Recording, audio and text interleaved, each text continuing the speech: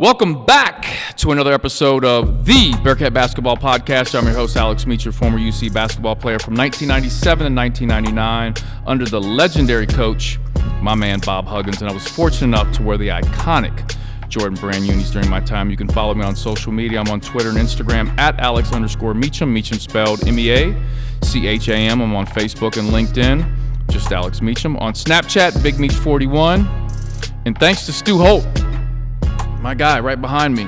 I'm on TikTok. Stu, I put up a lot of videos, by the way, just so you know, and you haven't liked many of them. I'm on TikTok at Alex, and you're the one that made me get to TikTok, at AlexMeacham41. The Bearcat Basketball Podcast is now presented by the Healthcare Management Group. Shout out to everyone at HCMG, and thank you for the support. Now, for the last 10 episodes, we've been live at Mio's in Clifton. Please go back and check out these interviews. So far, we've interviewed Keith Greger, Deontay Vaughn, Zach Tobler, Corey Blunt, Art Long, Donald Little, Yancey Gates, Andre Tate, Tony Bobbitt, and A.D. Jackson. You can check them out on SoundCloud, Apple Podcast, Spotify, under the Bearcat Basketball Podcast, and also check out our YouTube channel under Shine One Media, and you can watch the videos. Huge shout out to Rich and Kelly at Mio's for allowing us to go there and record our podcast live. Also, shout out to Stu Holt and Colin Cruzy, our producers, for all their hard work. Next week, we will be live at Mio's with Roger McClendon, one of the greatest to ever wear the red and black, and one of the guys that I watched and idolized growing up. We only have about five more episodes at Mio's that we're going to do. So Roger McClendon will be one of our guests, and we're going to announce the other guest pretty soon. So this segment is sponsored by the College of Arts and Sciences at the University of Cincinnati. They have a new flexible bachelor's degree that will allow you to graduate conveniently and affordably. You won't lose any credit or have to start over. So here we go. Since we've been live at Mio's, it's time to switch gears. Since the Bearcats are on the road, this week, I thought it would be a great idea to invite out some good friends and some guys that cover the Bearcats and I think do an excellent job. My special guests, we have J.T. Smith from the Front Office News. We have Neil Meyer from the Front Office News and Tim Daniel from 48 Minutes Network. So I'd like to welcome in these guys, and if you guys can kind of go around and introduce yourselves and just tell the audience a little bit about what you do and how they can get your content. Yeah, I'm Tim Daniel from the 48 Minutes Basketball Network, so I cover UC, Xavier, and Northern Kentucky. I am well-traveled, I guess you can say. Also cover the NBA, so you can check us out at 48minutesnetwork.com, and my socials are TimDaniel518 on Twitter and Instagram. I have a TikTok, but I have no clue how to use it, so Stu's gonna have to show me how to do that. Yeah, Stu will he'll give you all these ideas, right? Then he'll follow you, and then he won't like any of the videos that you post that he recommended. My wife followed me on TikTok and doesn't like my videos, so don't even worry about it. Really? Yeah. That's a whole nother situation that we'll have to talk.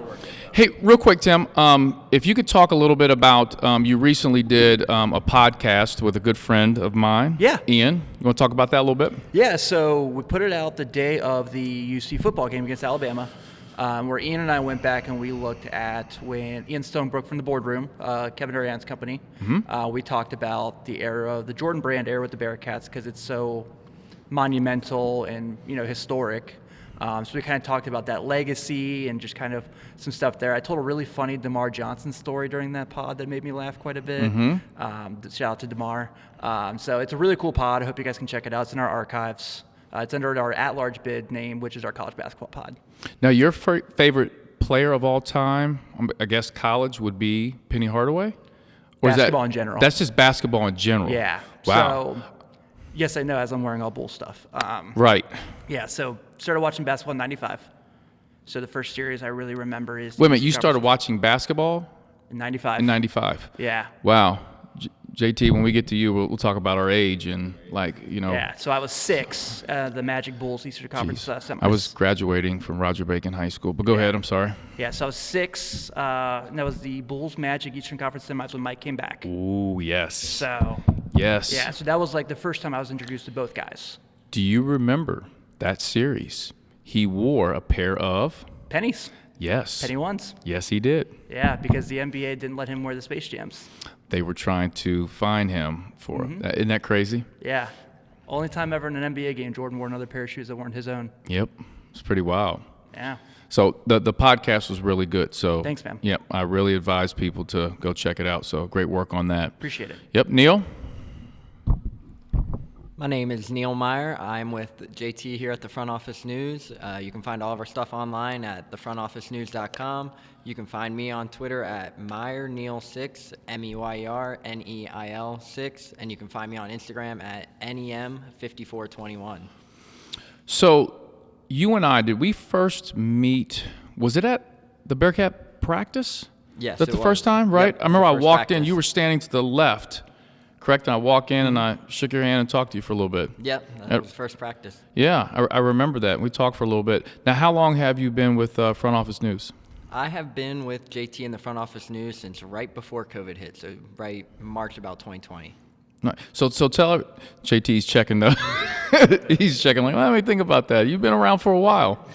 Tell everybody, how old are you? Tell them. I am 22 years old. You are the young one in the, yep. Cruzy, how old are you? 25. Stu? 26. You are the winner of being the youngest person here. And are you still in school? I am still in school, yes. What are you studying? Right now, I'm a sports administration and business major at UC, so I'll graduate this fall with my bachelor's in sports administration and business, and I hope to look to go back to journalism school once I graduate. What's the ultimate goal? The ultimate goal I would love to be in the writing, reporting aspect, but if something else happens, whether it's an AD, former, anything involving sports, I'm all game. Good deal, man. Good deal. JT, let's bring you on in. Saving the best for last? No, I'm sorry. It's not. Nah, it's just I'm the oldest of the three, so they let me go last. They call me a dinosaur. But JT Smith, work with my man Neil, the Front Office News. You can find me everywhere on all the social medias. Are you on TikTok? Nah. Stu? I let my kids do the TikTok, man. I let them do it, man. You let the kids do? You might see me walk by TikTok, but I ain't. So, That's it.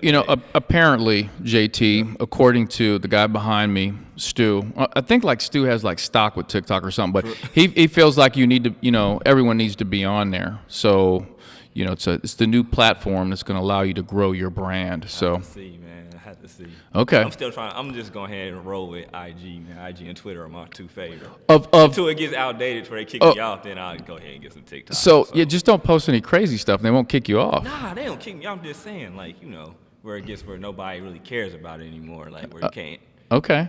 post your stuff and people click on it and like it, say they don't like it, say you suck, whatever they want to say. Like I need that the interaction, which I feel like IG and Twitter give me on a consistent So how long have you been doing Front Office News? Ooh, that's a good question, man. So I started in 2010, right? So this is going to be like long-winded story. And I used to write about everything. So I would write about boxing, I would write about NBA, NFL. So then I was like, man, you know what I really love? The University of Cincinnati, right? So especially basketball. So that was my passion or whatnot. So I'm like, you know what? Start writing about it. And then I started writing at other places. And then within the last 3 years, I legit just said, you know what? I always kept my site. So then I was like, you know what? I'm just going to make it truly just about UC stuff. So if it's NFL related, it's all about UC. Okay. Like it's a UC player. If it's NBA, it's a UC player. If it's MLB, UC player. So everything's like a one-stop shop for UC stuff. It's a good tie-in. Yeah. So, and I think I did that. When I did that, 2019. So I've had the site for 12 years, but the last 3 years I've dedicated directly to UC sports. That's good stuff. So, yeah. That's good stuff. So I just want to let you know that you were part of the biggest podcast I've ever done. Nice. Do you remember which podcast that is? Yeah, Tell everybody which one. All right, so that was the pod. I forgot what number it is, so don't get me. I don't even know what number it was. All right, so it was me. Because this is like 104, so okay, so I can't even remember. Go ahead. So it was me, you, Keith Jenkins from the Inquirer, Terry Nelson, UC legend and color commentator, and Kevin Johnson, who's UC legend as well, and. Yes, I know, cool dude, Annie. And now he's like getting his ESPN3 on all the time. Every time I watch an ESPN3 game, he's there. He's there. Yeah, so I'm proud of Kevin. He's doing great things. And that was pretty cool. It was a pretty good pod. What school was that, man? 'Cause I almost automatically went to that school. I know it's like close to Sycamore in that area, right? You almost went to that school as a student? On accident today before I looked at the GPS. You mean today you were going to? Like, I automatically thought, 'cause I remember. So, I got you, but you wouldn't have been very far from here. It was Deer Park High School. And at the time, my AAU teams, Shining Star, we were practicing there. So all of our teams were practicing, and when we finished up practice, I had you guys come in, and we actually did it on the court, remember? We were on the court. And the reason that we did it there and then we did it at that time was because Coach Brannon, the whole situation with Coach Brannon was going on, and it was so time sensitive that we were like, we've got to do this podcast right now. And I think it was really refreshing because I think Bearcat fans wanted to hear a perspective. They wanted to get a little inside scoop, and who better than Terry Nelson and Kevin, guys that are very close to the program, yourself that report on it, and Keith as well. And I'm telling you, you guys knocked it out the park, and I'm appreciative of you guys doing it because it really helped this podcast go to the next level. Because you know how it is. Just as, as a writer, as a person doing podcasts, you get that one article or one podcast, the numbers jump, everything else increases, and then moving forward, people look for your content. Yeah. So I want to thank you for being a part of that. No problem. Podcasting 13 years.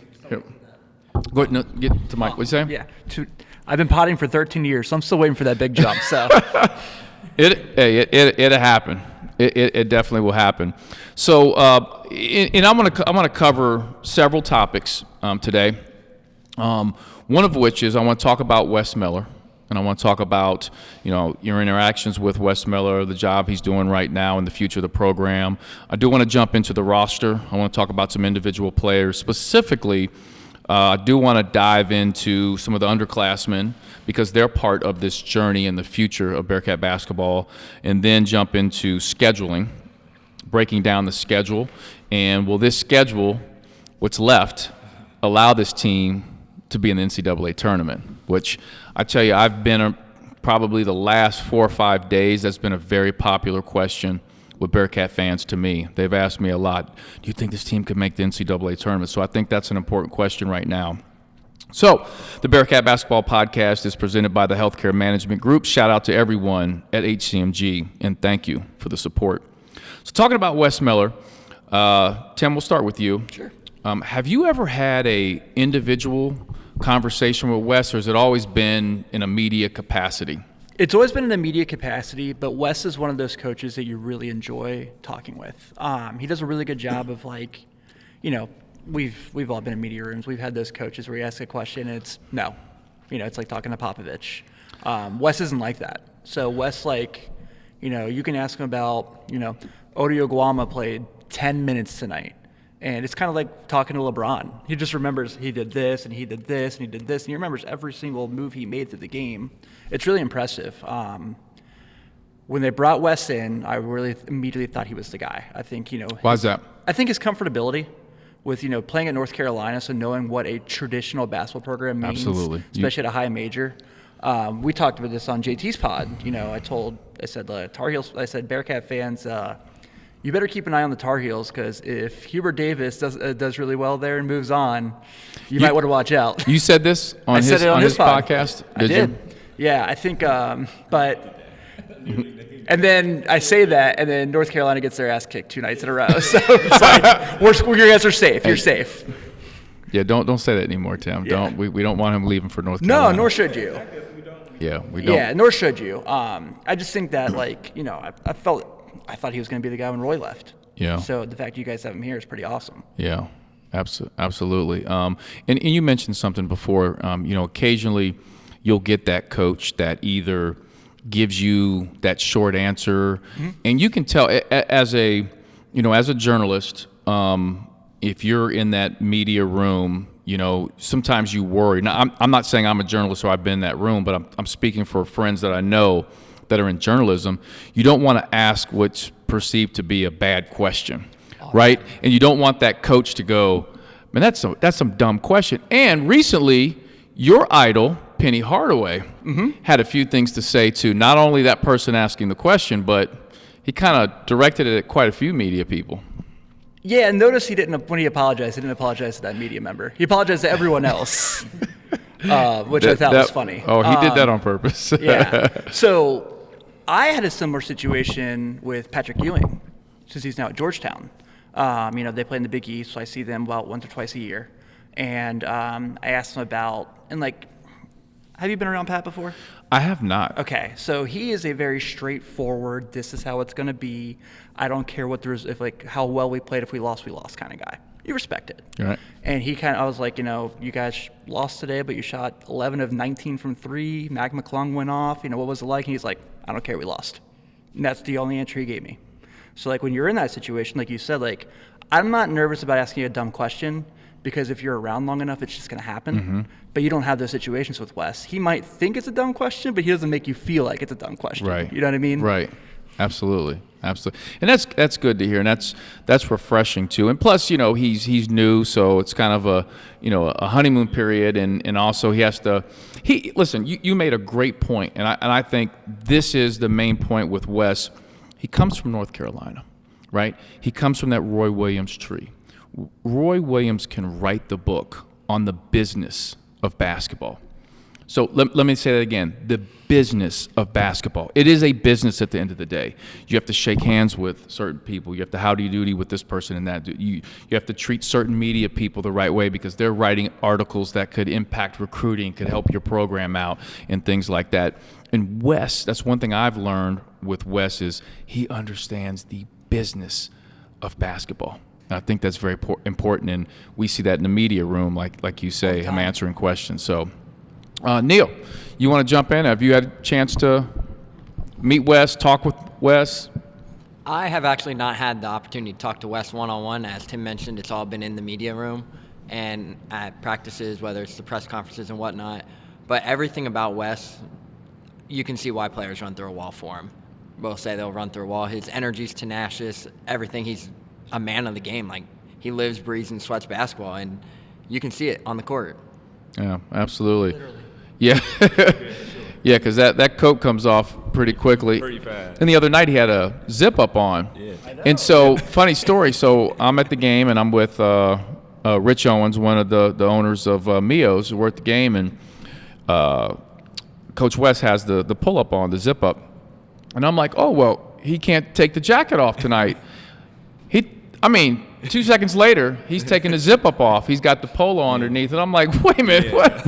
I was like, oh, God, he's a trip with that. But, JT, your experience with Wes? Man, I literally had – everything's been, mostly media, but literally before his first game, I might have been coming from – you might have actually been going, to class or something. But I literally was walking back to the garage, and, you just see this guy walking, and it's Wes. And I was just like, man, you ready for tonight? He was like, hell yeah, I am. And he just walked away. I'm like, all right, man, get him, coach. You know what I mean? But it was just one of those things. But I'm just like, oh, that's Wes. Walked in, boom. But it was just a quick, shoulder bump type thing. Yeah. But, besides that, you understand, why people want to play for him. All right, so it's weird. I know we're not talking about football. But when I've been to quite a few, opening press conferences. And when the Bearcats hired Luke Fickell, I was like, man, I think they got it right. Everybody was kind of doubting it, I don't know, it should have got somebody younger or somebody from this school or from that school that might not be doing well right now, but we're not going to get into that. And I was like, dude, I'm ready to blow my ACL right now. You know what I mean? You could feel it. And then now you see what the football team is doing. Sure. The first time when I went to the Wes Miller press conference, introduction conference, I was like, dude, I have the same feeling. And I told everybody that, and everybody's like, are you just drinking the Kool-Aid? And I'm like, nah, man, I have the same feeling when that happened. When he got hired, I was like, you feel like you would go out there and blow your ankle out and be okay with it. He just seems like a person that could hype people up, and that's what you need, especially after what happened with, with the Brennan thing. That's not what this pod's about today, of course, but neither here nor there. But you understand why these young men are right now, honestly, possibly overachieving, because of Wes Miller. So yeah. Now, Tim. So obviously, with Wes getting the job, he's got to recruit very, very quickly. Very much. Right? And not even recruit outside of the Bearcat family. He has to recruit the returning players. Yeah. You know, which is not an easy thing. And I'll tell you a quick story. So Wes Miller asked the UC administration to put together a Zoom meeting of former players. I don't know if you guys heard about this. I did. And he wanted us to hear his voice. He wanted to talk about his vision, and he wanted to get our input. So I'm on the Zoom call. Kenyon Martin's on there. I think Dermar was on there at the time because he wasn't hired. James White, whole bunch of us. Some guys from the past, some old players. Keith Greger, Roland West, bunch of guys. So anyway, Wes is in a van. He's driving. Well, no, I'm sorry. Somebody's driving, and he's in a van, and he's holding up the phone. It's good to know he's road safe. Yeah, he's definitely road safe. And so he's talking about his vision, and then about halfway through the Zoom, he's like, I just want to let you guys know that I am on my way to the airport. I'm taking a jet, and I'm going to go see, I think, Tari Eason. And then he's flying to meet from Tari Eason. He's meeting with Mikey Saunders. So he was like going around meeting with these guys, and he's like, I've got to get some of these kids back. I got to get them aboard. Now, Tari was, I think that ship had already sailed, as we know now. But he did a good job getting, those guys back. And then he had to patchwork and go find some guys out of the, I guess it was the portal, and get some guys. So my question then with all that, Tim, is I want to get your thoughts on how do you think Wes has done thus far, putting a group together quickly, and then going from putting them together to putting them on the court and playing well together. What are your thoughts on that so far? It's impressive. Especially it's so hard to recruit that quickly and put things together when you have so little time before, off-season practices, off-season conditioning, and he did a good job. I mean, he did get lucky that he got to bring some of his guys from UNCG with him, guys like A.J. McGinnis, Hayden Koval, who have really been, contributors to this team and their recent success offensively. But, bringing in John Newman, who, if I remember, you guys know better than me, John was supposed to go to Greensboro, right? Yes. Okay, that's yes. right, yeah.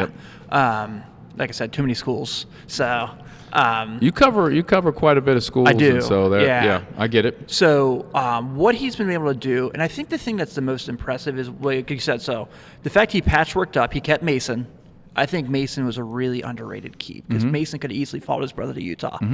And look, he's balling out at Utah right now. Yep. So the fact that he kept Mason in, he kept Mikey, and JT and I've talked all the time. We think Mikey's the future of the program. No one can keep up with him. So to keep those guys together to build that foundation, he did a really good job with this recruiting class, getting some kids in because it's 4 stars. But, to answer your second part of the question, sorry to talk long-winded, but effort's really impressive. For a group of guys that didn't know each other all that well, to go out there and play defense as hard as they do, is really awesome. So, and that's a good point. I want to dive into that a little bit. What's also been impressive to me is, you talk about these guys playing hard, but he is doing like a hockey substitution. Yeah. I mean, he's running guys in and out, and really outside of maybe 1 or 2 guys, occasionally here and there, I don't see a lot of guys upset, like with their playing time, like that you can actually see their body language. I think he's done a good job. So that means he's done a good job of communicating with these guys prior to the game. Here's your role for this game. It could be different next game. And I happen to have a little insight into that, so I know that's what he's doing. Yeah. You take, for instance, Jarrett Hensley. There was a game that Jarrett played 6 minutes, and then he turns around, he's, 19 to 20 minutes. In that 6 minutes, Jarrett knows I might not play a lot this game, but next game they're going to need me. But that communication is so key. I think the other thing, too, is if all the reports are true, and like you said, I listened to that pod you guys did, I knew John pretty well from following him at Northern and going with him to Cincinnati. So I'm I never had those issues with him, but you're here, so I don't want to speak on that end of it. But from everything you understand, what Wes has had to do is he's had to make these guys love basketball again. And I think that's probably his hardest job he had to do. Yeah. I think that's a good point. Like Matson Matson was, in a place where he's like, I just did not have any fun. that last season. And now, I mean, this last game, we're going to jump into the roster and players, but Mason got his swagger back, as he said to me. He was bouncing around.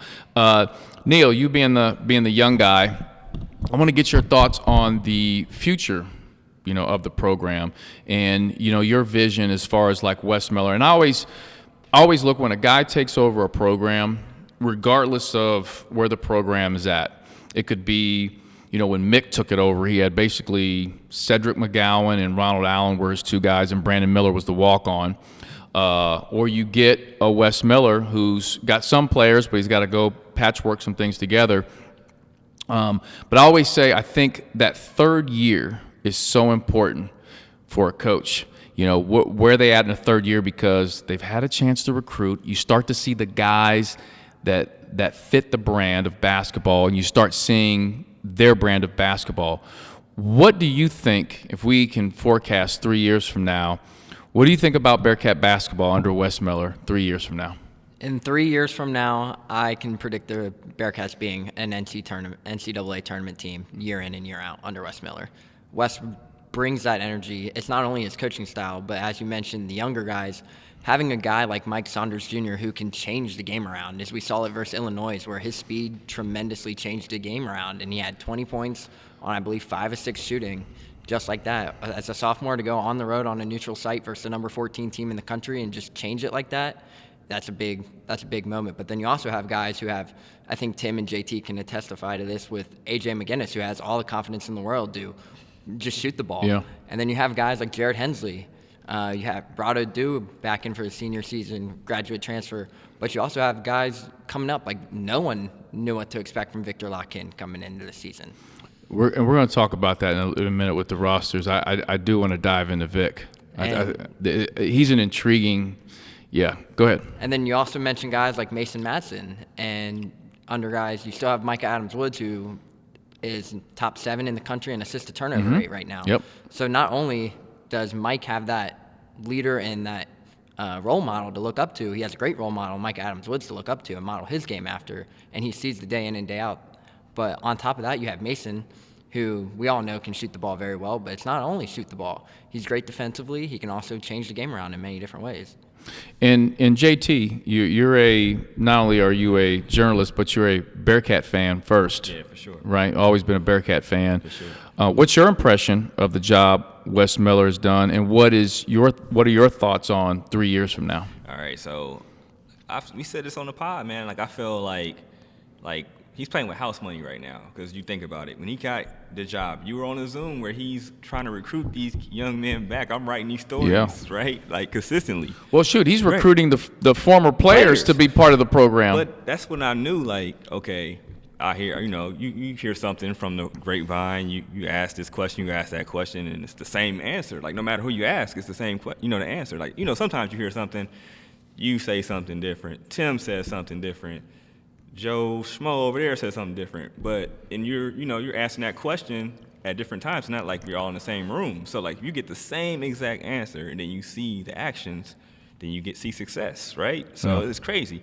But I know I'm getting long-winded on that, and I haven't even got to the other part of it. But with them if I thought this team was a 16, 18 win max, right? Mm-hmm. So with them having the one game canceled, of course. So, okay, why did you predict that? Okay, so at the beginning of the season, you think about it. He came in here with 5 people, technically 4 because you had a former walk-on that was on scholarship, right? But he's been injured this season, my man Rob Banks. But you got to think about it. You had Micah Adams-Woods, Davenport, Lockkin, who nobody knew from the grainy video what he was going to look like. You seen him shooting around on IG, but everybody looks good if you're a D1 player shooting around on IG, right? Yeah. And then who was the 4th person? David DeJulius. So you got those 4 people. That's not a full team. And so you got to think about it like, okay, I don't want to get into too much to the team in general. You got a couple scorers, you got a solid guard that can distribute, you got an unknown big man, and then you got a new coach who has to teach these guys, first get their trust, then implement a new system, then get them to do the system and play with energy and not think, right? Because most of basketball is reactional, right? You don't want to just be robotic. Oh, I'm running 4 outs, and then I just have to make this pass. So I need to do this. Like, so you got all that going on, and then he's a new coach in a new place. Like, even though he has the North Carolina pedigree, he's coaching at UNCG, which isn't the AAC too, and then it's not UC as well. Like, you know, at UC, people expect the basketball team to be relevant, expect the basketball team to you know, show. It's kind of like the inner city toughness. Like, you want to see that. It's kind of like people take pride in that. So, you know, just kind of like the Huggins era, even Mick, like he still played tough. A standard has been set for Bearcat basketball. When you're wearing that jersey, like, no matter what, you're supposed to be a certain kind of player, even if you're skillful. You're supposed to have that toughness, you know, it's that grit. That's just how it is. So with him having to do everything, recruit people, then hit the portal, you know, it was a lot going on. So I said 16 to 18. I thought Memphis would be a lot better in this conference because of the talent. I knew Houston was going to be a problem, still is, but I thought. I like what you did there. Yeah, Houston, a problem. He's a problem, you know. Okay. You know, yep. Did you? Yeah, you got that. Still a problem. Did you do that on purpose, or it just came? Okay. I flowed. I was rolling. You're just naturally gifted with that. You got bars. Rapping. 1 2 1 2. No, check. No, but you know, I knew Houston was going to be a problem, and then you think about Memphis. You thought Memphis was going to be a top 15 team. Still could happen, but it just doesn't look like that. Then you got other, you know, UCF, a couple other teams that have been pretty solid. So I'm like, all right, it's a lot of unknowns. So you're like, all right, 18 max, 16 is great. Anything over 15 everybody should be patting, you know, pretty much kissing his backside because of just what he's went through. It wasn't a clean off season. So with them being 14-5, I'm not gonna get into what you want to talk about later, but that gave me a lot of hope.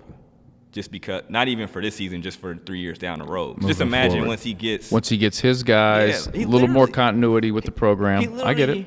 Like, was here for a week and had to get, you know, he got but he got them to stay, but he got you know, Mike out of the portal, Mason out of the portal. Was anybody else? Somebody else? I think those are the two. Those are the two out of the portal. I know I'm missing somebody, but got them legitimately out of the portal, and then legit start recruiting for next season, even, you know, while he was still getting people out of the portal. So I thought that was super impressive because he pretty much had a team filled within 3 weeks. I think he had like the whole team, like he had enough where they could go play a legit basketball game where they couldn't do that at first. And I'll tell you, so just to kind of bring what all you guys said together, I agree with what everyone said here, but on top of that, I had a meeting with Coach Wes Miller, and it was not like a set meeting. It was a impromptu. I said, "Hey, Coach, I need to speak with you for a minute," and it was after a game. So you can imagine, like, you know, they won, but I said, "Coach, I have to talk to you." So we're in the back by the locker room. So I need to talk to you real quick. He says, "Okay, what's up, man?" And I said, "Hey, you know, I'm on the board for Talbot House, and we do a lot of work here in the community, and you know, we have a program in which we raise about $350,000 for down and out fathers, and we help rehabilitate them if they're on drugs, alcohol, and get them reconnected with their families." And I said, "It's a very important program in our community, and the chairman of the board wanted to meet with you, and we wanted to engage you into the program. I think it's great for the community." And he looked at me and he was like, "That is fantastic." He was like, "I am in. What do you need me to do?" And so let me tell you how important that is. So him wanting to engage in our community, you know, tells me that this isn't just a short-term thing here, right?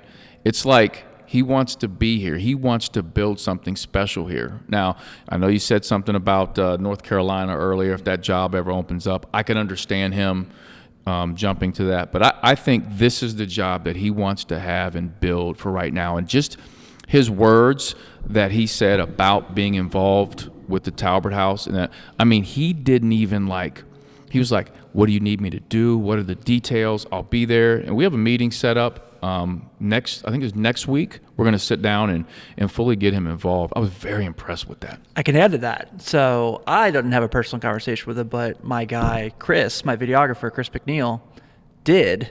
So we were after a game. They just did the presser. I think it was the Florida Chris, A&M game. that played for Cooper? Yeah, Kentucky Select Chris McNeil. Yep. His brother Sean at West Virginia. Yeah, yep. Yeah, so Chris is my guy. Chris is one of our videographers of 48 Minutes. He's the man. So he works for his daytime job. He works for Cincinnati Cancer Advisors. And they were doing they're doing like a meeting. They're doing like the fundraiser. And it's after a game, and he's like, should I go talk to Wes? Like, they just played. It was the Florida A&M game, so they won by a decent amount. And I was like, hell, dude, just go talk to him. Like, and, you know, DC's like nervous because we're just two guys just running right up the West right after a game. And he's like, don't worry. And so Chris is like, you know, I work for Cincinnati Cancer Advisors. He named a couple guys that Wes knew that he got to know through being here already. And he was like, you know, we're going to do this fundraiser. We'd love to have you there. They're talking about they talked to Hugs about doing something up here where Hugs is going to come back for it.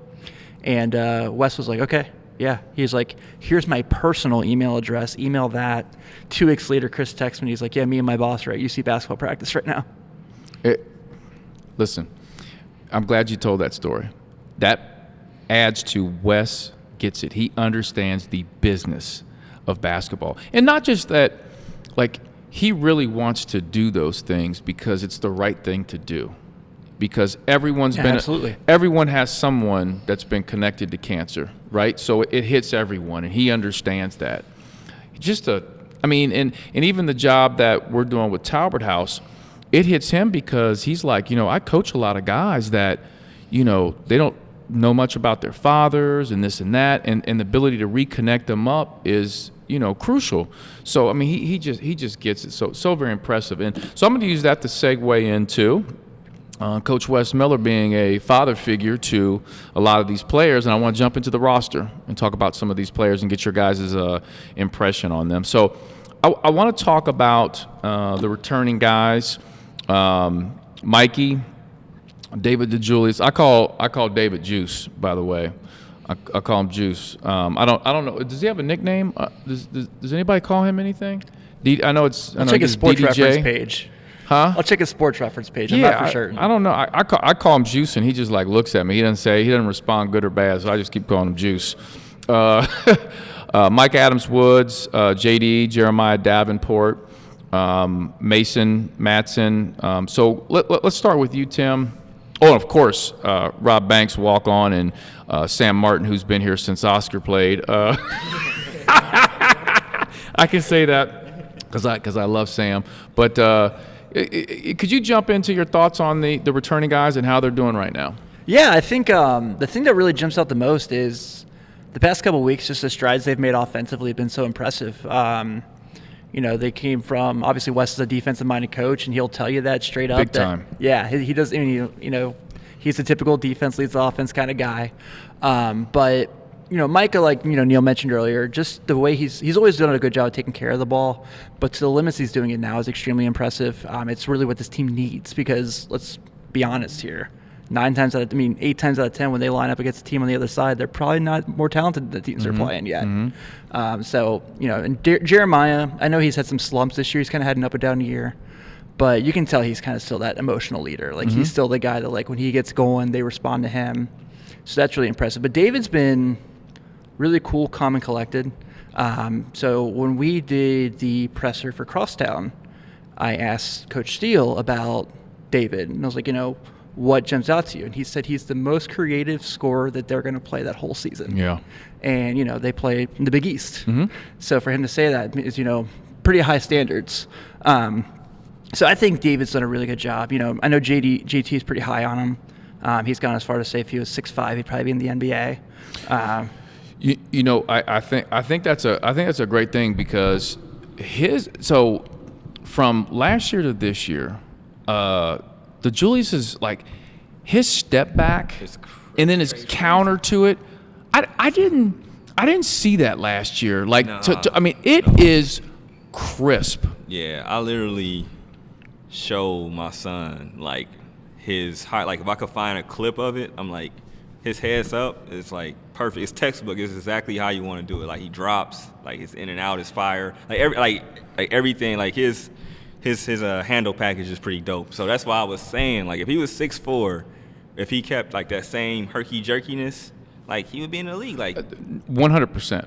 100%, I agree with you. Let me say something about what you just said. Let me tell you what's so impressive about what he's doing and I heard this a long time ago. Tim Hardaway.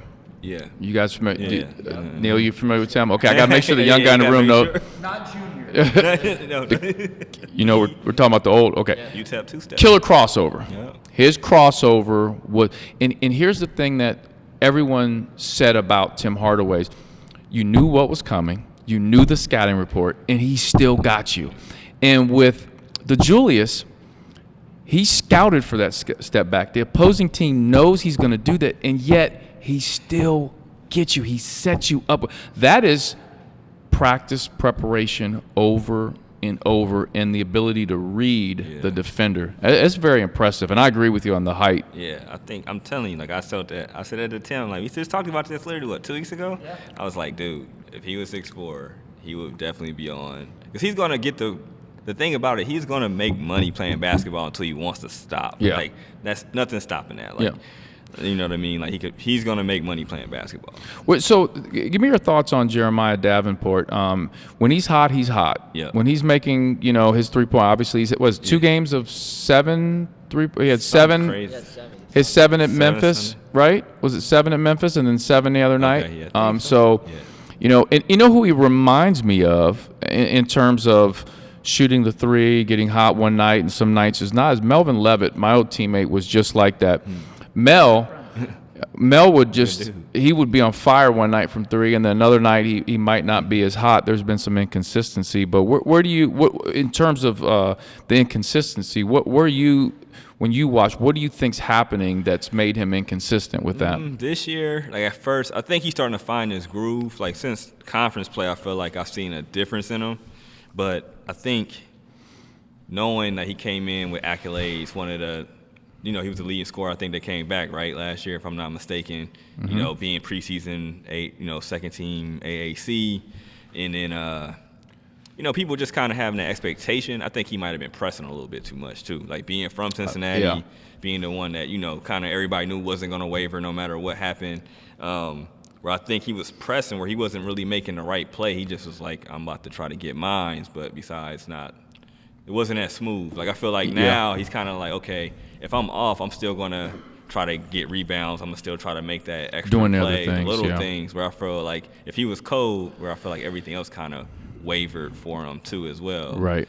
Well, I feel like since, the AAC has started, he's really kind of like honed in on, okay, maybe I have 5 points tonight, but I'm going to make some play that nobody really has on a stat sheet that he might have got a deflection or something like that, where you might look at it like, JD's kind of locked in still, you know what I mean? So, Neil?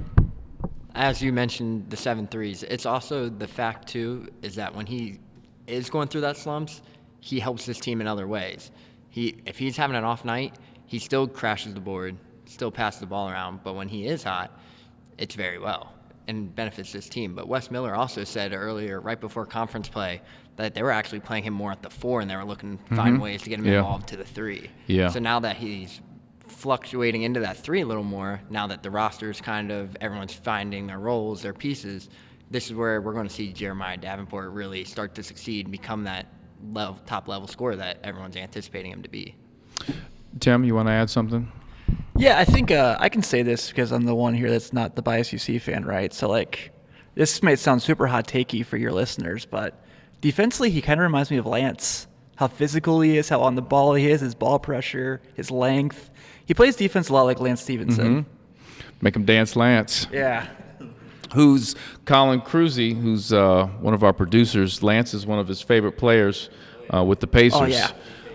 Yeah, he's a big Pacers fan. I'll see him in a couple weeks. I am too. Are you going to the Pacers? I'm going to the Bulls-Pacers game. Bulls-Pacers. You're a big Bulls fan. Die hard. Yeah. So I used to be a big Bulls fan. Still, casually like the Bulls. I'm starting to like the Pacers more and more because of Lance when he started with them. But quick, one more guy I want to talk about, and that is Mikey. And Neil, I want you to address this with Mikey Saunders. He has elite speed, next level speed. But I think the thing that he struggled with, and you can hear rumblings in the crowd at times and rumblings on Twitter, for whatever that's worth, about him getting out of control. And so you look at a guy like Mikey, and you look at his elite speed, like that's his superhero power to be that quick. But when he figures out how to get under control at times with that, gosh, watch out. I mean, he'll be unstoppable. I can agree on that. We saw his speed take over, and it's not only his elite speed. He can go from gear 1 to a gear 3, and if you see a loose ball, he picks it up maybe 3/4 away down the court, and it's 2-on-1. Good luck. He's taking it to the rack, and he's going to take the contact and make sure he gets to the hole. But also his speed, we've seen the speed, but we've seen the development from his freshman year to the sophomore year. Mm-hmm. Sometimes he doesn't take it right away. He backs out. He makes a smarter play, and you can see like he's learning from guys like Mike Adams-Woods, David DeJulius. But over the next span of 2-3 years that Mike Saunders Jr. is here, he will be a top point guard, not just within the AAC, but within all of college basketball. I firmly believe that. Yeah, I will second that. Another thing that's been very impressive with Mikey is, early on, I don't know if it was the first or second game of the year, he didn't start. Mm-hmm. Okay, and I think we all have heard the story that Wes had a conversation with him like, hey, you probably deserve to, but you're not going to start. And he's like, look, coach, whatever you need me to do, I'm going to come off the bench. So he was all bought in, right? And I'll never forget. I forget at what point in the game, Wes didn't put him in off the bench right away. It took him a little while to put him in. But he comes in, and Mikey heats up the opposing team's guard, and he gets a steal right off the bat. And he did it twice. So after the game, I said to Mikey, the most impressive thing that you've done your entire career here so far were those 2 steals, because you didn't put your head down about not starting, and you made it happen defensively right away. And I'm saying all that to say this. If Mikey can put that in a bottle moving forward, to have a guard of that speed heat up the opposing team's point guard and get them out of their sets, that makes the Bearcat basketball team elite defensively. And that takes us from here to here, that next level. And I'm sure you've seen him defensively. He's improving, I think, every single game. I do see that. I've seen from year 1, we saw his breakout last year. I believe it was versus Memphis, actually, where he exploded off the bench after he didn't see much playing time. Obviously, last year was an unforeseen year with COVID and everything else going on. But then this year, you've seen it. He's locked in defensively. I believe, might be wrong on this, he's been spending a lot of time with David. And you can see both of their work ethic and how they're learning. Because, as you mentioned earlier, David stepped back. There was one practice before I actually spoke to David. He was in that gym about half hour before anybody else working on that exact same step back. So you not only have a great leader in David to provide a great role for Mike, but now you can see, like, over the course of years, that elite speed. He has started shooting the ball more. He's been very effective shooting the ball, and he's been able to turn the game around very quickly, change the pace of the game, change everything. And you made a good point. David DeJulius is big on skill work. And he gets in the gym and works on his footwork, which I think is infectious for the younger group coming in. They can see that they're like, David's putting in this work. We see his step back. We see his, attention to detail, and hopefully that wears on the younger guys coming up. And so I do want to jump in. If we can bring it back to you, Tim, I do want to talk about, as we speak about the younger guys, some of the younger guys that are now with the program. Jared, you know what? I'm sorry. We haven't talked very much about Mason Matson. No. We can't forget. My guy. Let's talk about Mason. What's your impression of Mason? Not the Monmouth game. Was it Monmouth? I believe it was Monmouth. He had his first dunk, and get a fast break dunk and put a one-hander in. That was pretty impressive. But what was it? The last game, you could see, him finding a three-point shot. Yeah. It was just super fun. Bacon, was that Roger Bacon? Showed those guys so much love. People were coming over asking for pictures. First of all, there were 3 people that thought Hayden was Victor. And they were speaking slow. They were like, "How do you like America?" I'm like, "Yo, he's from Texas." Wow. Tall white guy, it's easy. The one girl goes, "You're from Russia, right?" And everyone just started cracking up. He's like, "Nope, I'm not." And she's like, "Oh, I didn't expect that voice." So back to Mason. When Mason came to the game with us, Mason was sitting next to me. Man, he just has this. I told him, I was like, dude, you have like this Travis Kelce personality. It's just like. So one of the Roger Bacon kids dove on the floor, and there's a photographer took a picture of it at the game. He dove on the floor like right next to us for a loose ball. And Mason has no dog in the fight at this game. Mason jumps up, and he's like, yeah, that's what I'm talking about. And he's like hyping, and the kid's like, yo, appreciate that. Like, that's Mason Matson. And so he just has this, man. And I think he does have, those characteristics of that Hugs character personalities from back then. I think when it's all said and done, and Mason's a sophomore right now, but when he's a senior, I think he's going to leave as one of those guys that Bearcat Nation just absolutely loves. And that's your guy, Tim. It's my guy. Where's the 4-5? So, true. The old MJ 4-5. The comeback.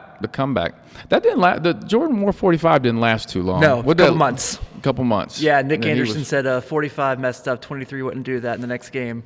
23 was back. Yep. I remember that. So let's talk about some of the new guys, and I want to talk right away about Jared Hensley, who went to that game with me. I am a huge Jared Hensley fan. On several different levels, and I know I've been talking. I want to let you guys talk, but his mentality, he really wants to be great here.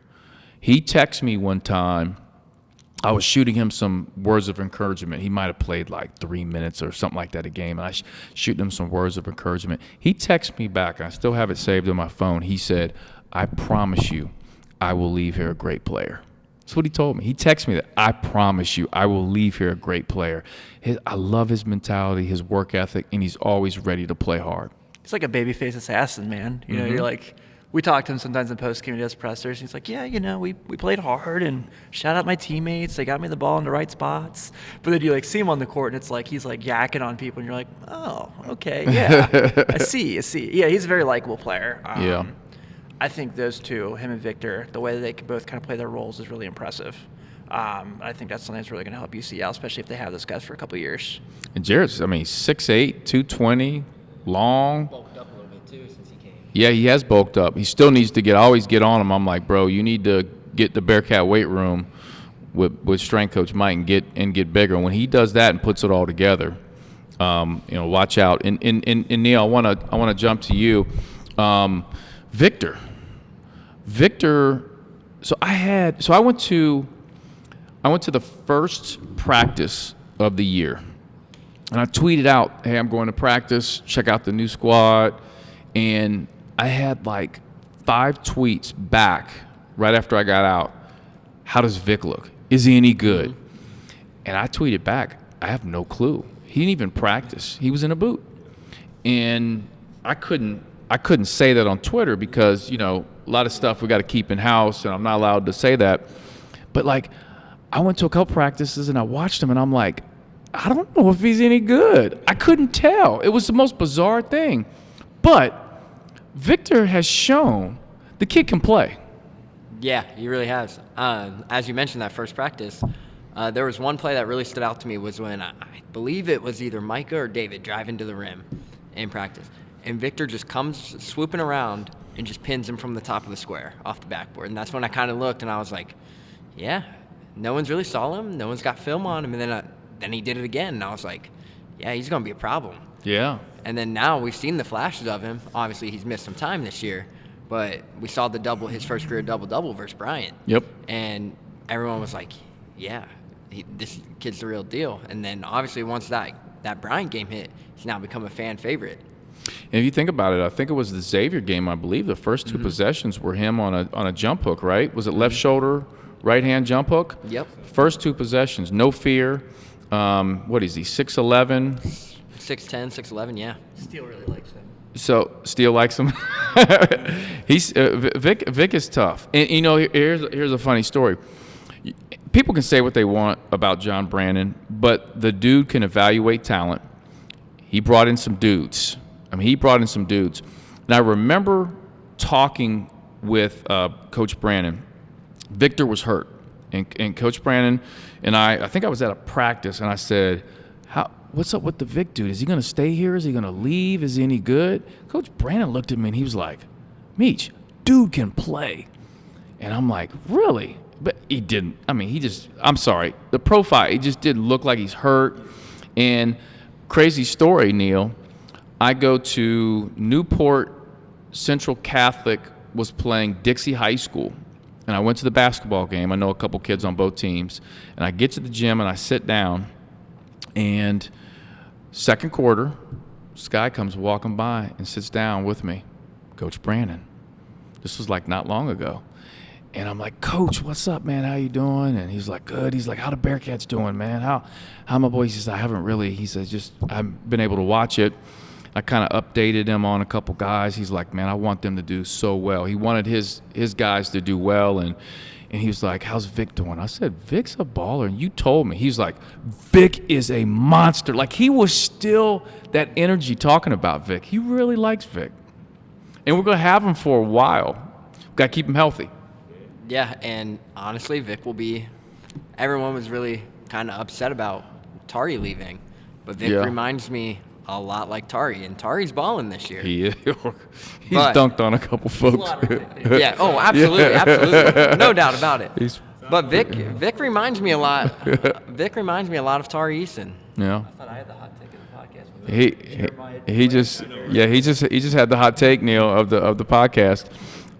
Let's jump to you, JT, and I want to talk about some of these other guys that have transferred in. Abdul, AJ, John Newman. Why don't you jump and talk about those guys a little bit? Okay, yeah. Like Newman is like that glue guy. Like this team was, this team is definitely overachieving for sure. Has a chance to possibly go to the NCAA tournament. I know we're gonna talk about that a little bit later, but he's one of those guys that I said that on the podcast. I feel like he's just a guy that if you go drop a ball down anywhere, you want a guy like John Newman. He's going to play defense. I don't think he's going to be scared of who the opponent is.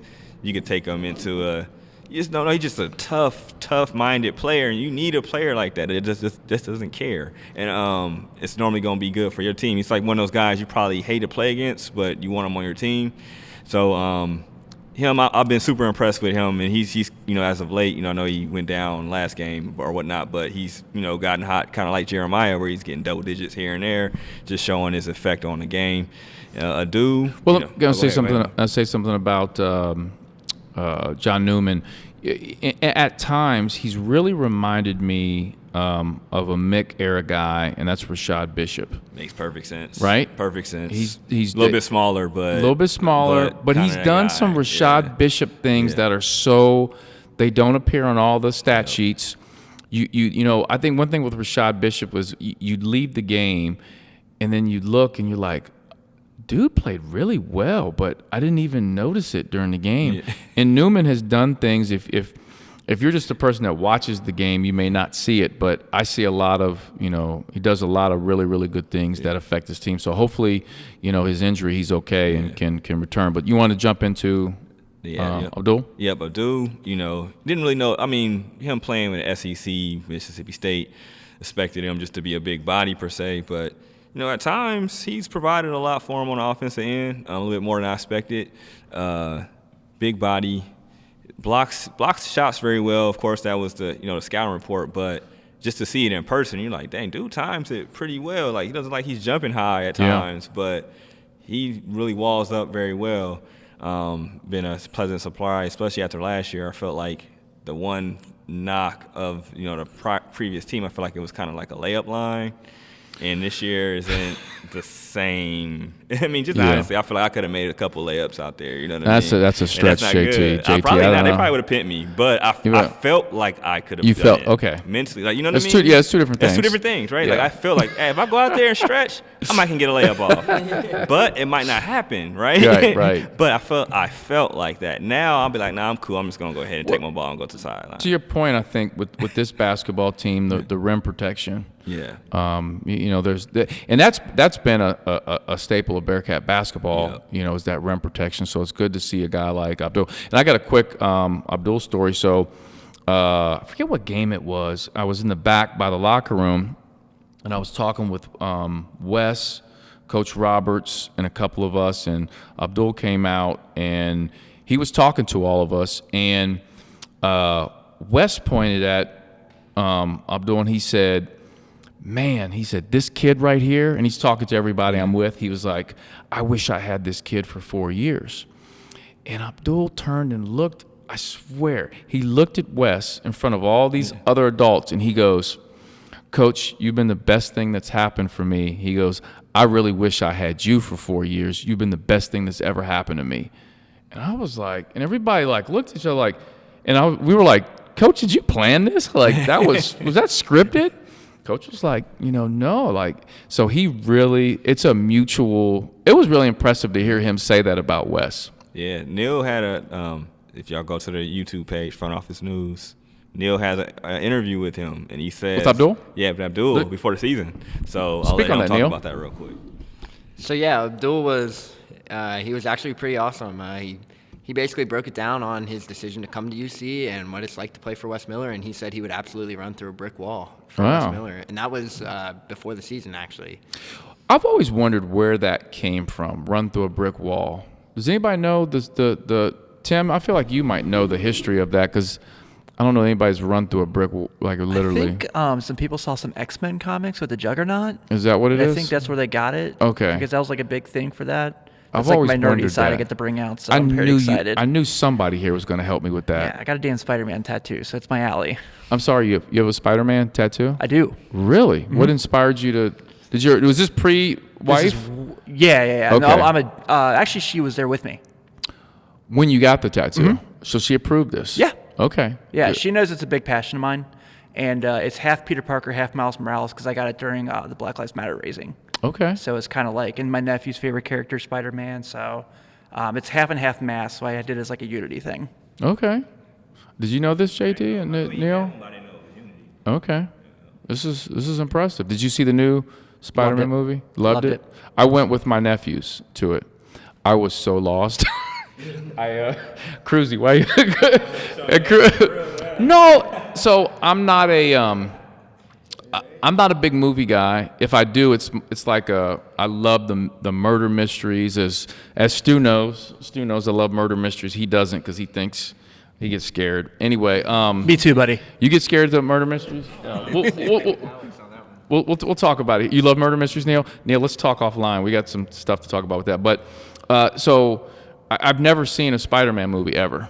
So my nephews are like, will you take, Uncle Alex, will you take us? I said, sure, I'll take you. So I go, and they're trying to like fill me in, and I'm half listening, and I'm watching, and I'm like, so we leave there, and I'm like, okay, it's cool. And they're like, dude, that was awesome. I'm like, all right, I guess you got to kind of see the earlier ones. And Yeah, I mean, I've been reading the comics since I was a kid. I've collected the action figures. I've played the video games, so it's like always been a big part of me. okay. You were right earlier. The podcast is going to kind of like Yep. jump and take some different Welcome terms. to the and podcast with Tim Daniel. We're jumping and talking about, we go from Abdul to Spider-Man.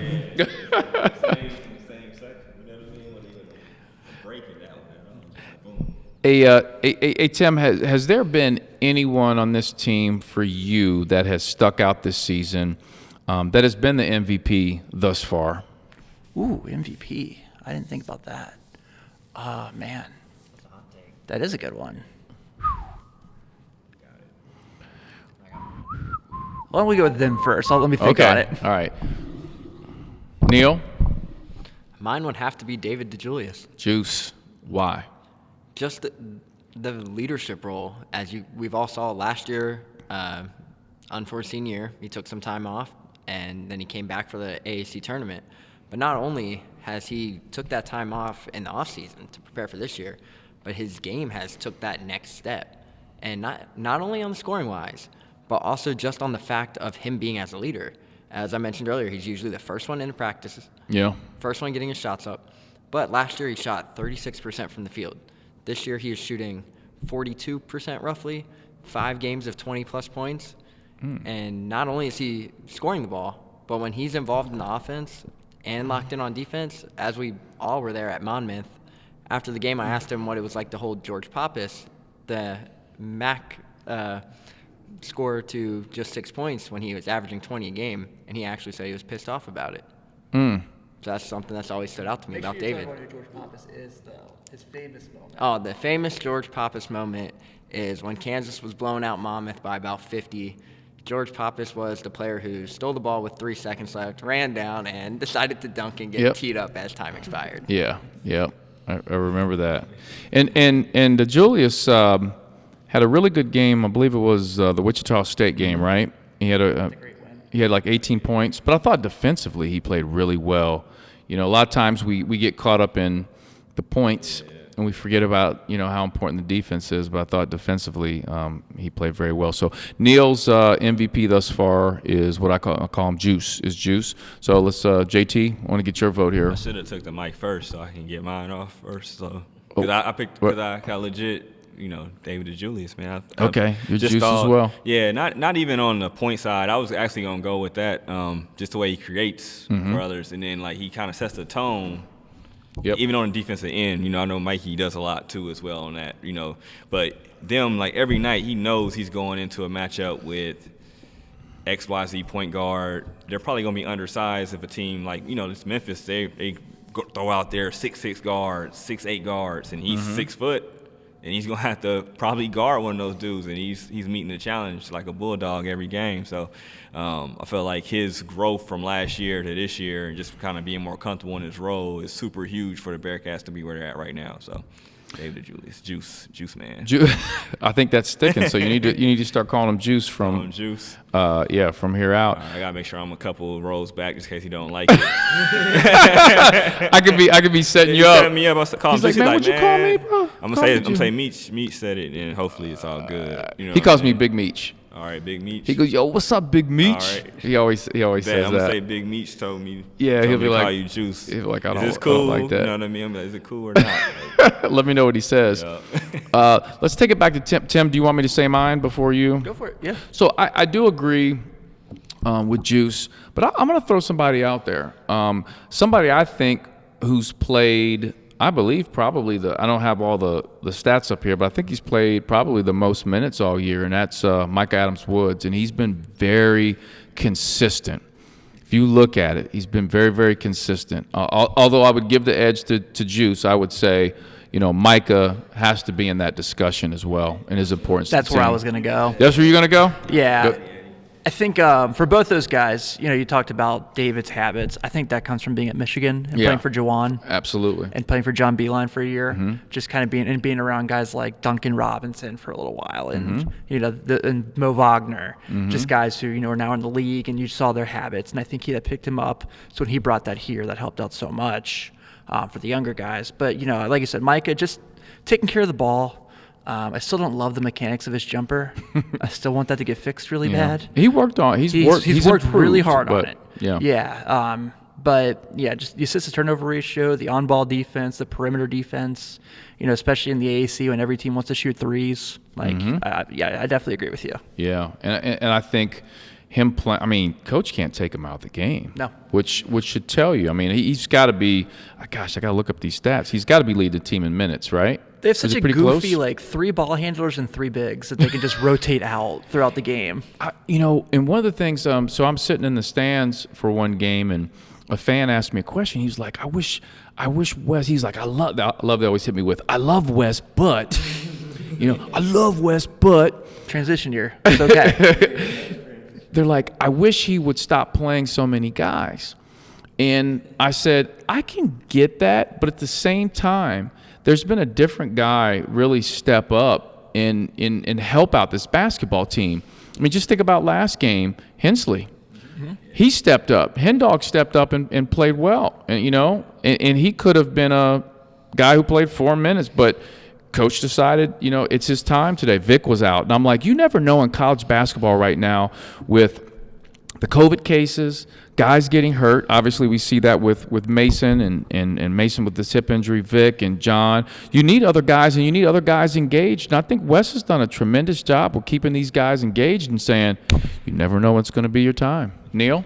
As you mentioned, guys stepping in, there was one guy you haven't mentioned yet tonight. Uh-oh. Odi Oguama. Deal's coming. Ooh. Deal's guy. That's your guy? That It's is like my we all guy. have different guys. Like Hensley, like Hen Dog's definitely one of my guys. Yours is May. So you're big. I'm big on Odie. Big Odie. Big Odie guy. But Odie runs down the court like Dennis Rodman. Have you guys noticed that? No, I said that like first game. Like, yeah. You said that first game? I'm like, Yeah, didn't Robin vibes. Like, he just, jeez, he gets, yeah, he's like real tall. yeah, and his legs kick it like a horse, yeah. He hits the boards like Dennis Rodman does too. Yeah. I do like his energy, but Not go ahead. 20 plus 0, not 0 and 28, but hits the boards like an NBA Hall of Famer. but there's 2 games that have stuck out to me. There's 2 games that have stuck out to me from Odie. Okay. SMU Okay. and Tulsa. Okay. And both times, it's not the scoring aspect. He has put up 10 rebounds in both of them with 2 and 4 points collectively in each game. Neil was ready for this. He had that ready to go. He's ready to fire that off. You see how he grabbed the mic from you, and he was. You knew that. Saw You knew. your mouth moving. He was like, Odie time. Odie time. I love how we all have like a different. That's pretty cool. I do want to jump into this schedule here real quick, and I've mentioned this before on past podcasts, and that is learning from Bob Huggins. He always broke. I'm fascinated with this. He's always broke the season down into mini seasons. And then I was with Andre Tate. When Andre Tate was on the podcast, he had mentioned something as well that Huggs used to say to his team, and that is winning streaks. That he would look at winning streaks and basically say, if we can go on small winning streaks throughout the season or even long winning streaks, how if you think about conference tournament in NCAA, those are winning streaks. So if we can figure out those habits and develop those habits of winning streaks and what those mean, that plays into the tournament, which becomes the most important thing. So just looking at the season within the season and all these early games, obviously Evansville, Georgia, Alabama, Presbyterian, we win those games, and that kind of leads into the Illinois, Arkansas, the Hall of Fame Classic. And if you really look at it, the energy's kind of building up after the Presbyterian game, right? We beat Georgia, who has the name, but I think Georgia's a little, they were down. But going to that Illinois game at the time, whatever, they were ranked 14th, or I don't even remember what they were at the time, but for them to go to Kansas City, neutral site, and beat them by 20, the only thing that worried me with that, Tim, was, oh God, the expectations of fans are going to be through the roof. Yep, especially because that was Kofi's first game back. Exactly. And I'm like, they're going to think this team is way better than what they are. And listen, I'll be the first to admit, before people go back on my Twitter and say to me, you said this about this team, and I did. After the Illinois game, I saw elements where this team can be really, really good, but can they consistently be good over a long time? I don't know. But you agree with that, Tim? Yeah, I definitely think that definitely raised expectations a ton. And, you beat Andre Curbelo and Kofi Coburn, who are going to be NBA draft picks. So, that's definitely a great win for them. And the next night, they play Arkansas, and they play like hell. Arkansas is just more talented than them. I think just that energy pickup was so nice. But then, like you said, you run into the Monmouth game, who Monmouth's a good basketball team, but they are 9 times out of 10 Cincinnati should beat them. And that, so I want you to dive in that a little bit. So you go from being undefeated, beating Illinois, and then losing to Arkansas. People are excited, and you come in, it's like Monmouth, and now a casual fan will hear the name Monmouth and go, they're not very good. Better basketball team than people know about, right? Absolutely. And come in and beat us. So now, oh, God, we're not very good, this team. And now it's breaking down all the deficiencies of this team. But so, Tim, my question is, after losing to Arkansas, expectations are high, then losing to Monmouth, what was your impression of the team at that point in moving forward? So I'll be honest, I wasn't super high on them coming to the year. I didn't think it was a bad thing. I just thought it was going to be a transition year. I think that a lot of people were in Yeah, the I same thought boat. that it was going to take them a bit to put it together. And you could see after the Illinois game, they were farther ahead than I thought they were. And then the Arkansas game, I was blown away. And hearing Musselman in the post-game presser talking about just how impressed he was with them, and he called them an NCAA tournament team, and Yes, I know he that's did. going to be a conversation we're going to have later on the show. I was like, okay, maybe this team's good to be there. I follow Ken Pom like religiously. Like I look at Ken Pom every day. So UC has always been in the top 50 in the country in defense on Ken Pom, but it's the other side of the ball where they're like 177th at times, and they're really low there in offensive efficiency. They're scoring 70, 80 points a game right now, but they're not doing it super efficient all the time. So I was kind of nervous about that. I wasn't really disappointed with the Monmouth loss because I know they're a good team just from studying so much basketball. And obviously, Wes's brother Walker did play at North Carolina, so that was a big transfer for them. Yeah. And he's a good ball player. And, Neil mentioned George Pappas earlier. He's a good ball player. I think it was like, okay, that happens. And then I think they got a couple wins right before Crosstown. Crosstown was when I got scared. So before you jump to that, we have to talk about the Miami-Oxford game. Yes. I was at that game. I'm telling you, that was Miami-Oxford's Super Bowl. It was. Now, that student section was, I think there were more, from the Miami standpoint, it was all students. I mean, that place is jumping as it's been in a long time, and I think every student was at Brick Street, the bar, prior to the game because they were feeling it. And we struggled. We struggled against Miami. And at that point then, we go from Monmouth to escaping Miami with a 1-point win, and really, Miami should have won that game. That shot should have gone in. That shot should have gone in. I think Precious was the kid's name. It should have gone in. He makes that. I mean, he makes it almost every time. And at that point, I'm like, are we seeing kind of the team that I thought at the beginning of the year, kind of inconsistent, trying to figure out everybody's different roles, but end up going and turning around and beating Bryant, which we should do, and then leading to that Crosstown shootout, which, gosh, JT, you want to take this mic here? The Crosstown shootout game is, I didn't go. This is the first time I haven't gone to the Crosstown shootout game, and gosh, I don't know how long it's been, but that was so tough. Yeah, so I've had my man Tim on the pod a few times.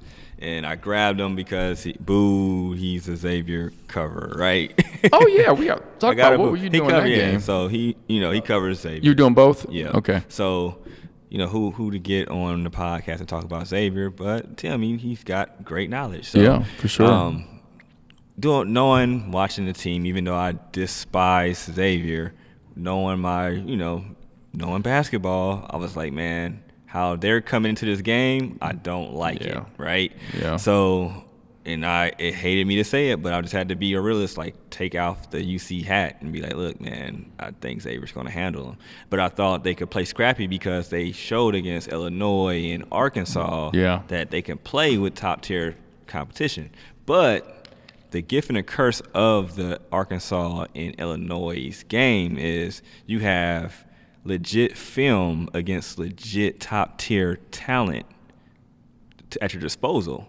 So it's like, okay, what did this team do well? Just think about it.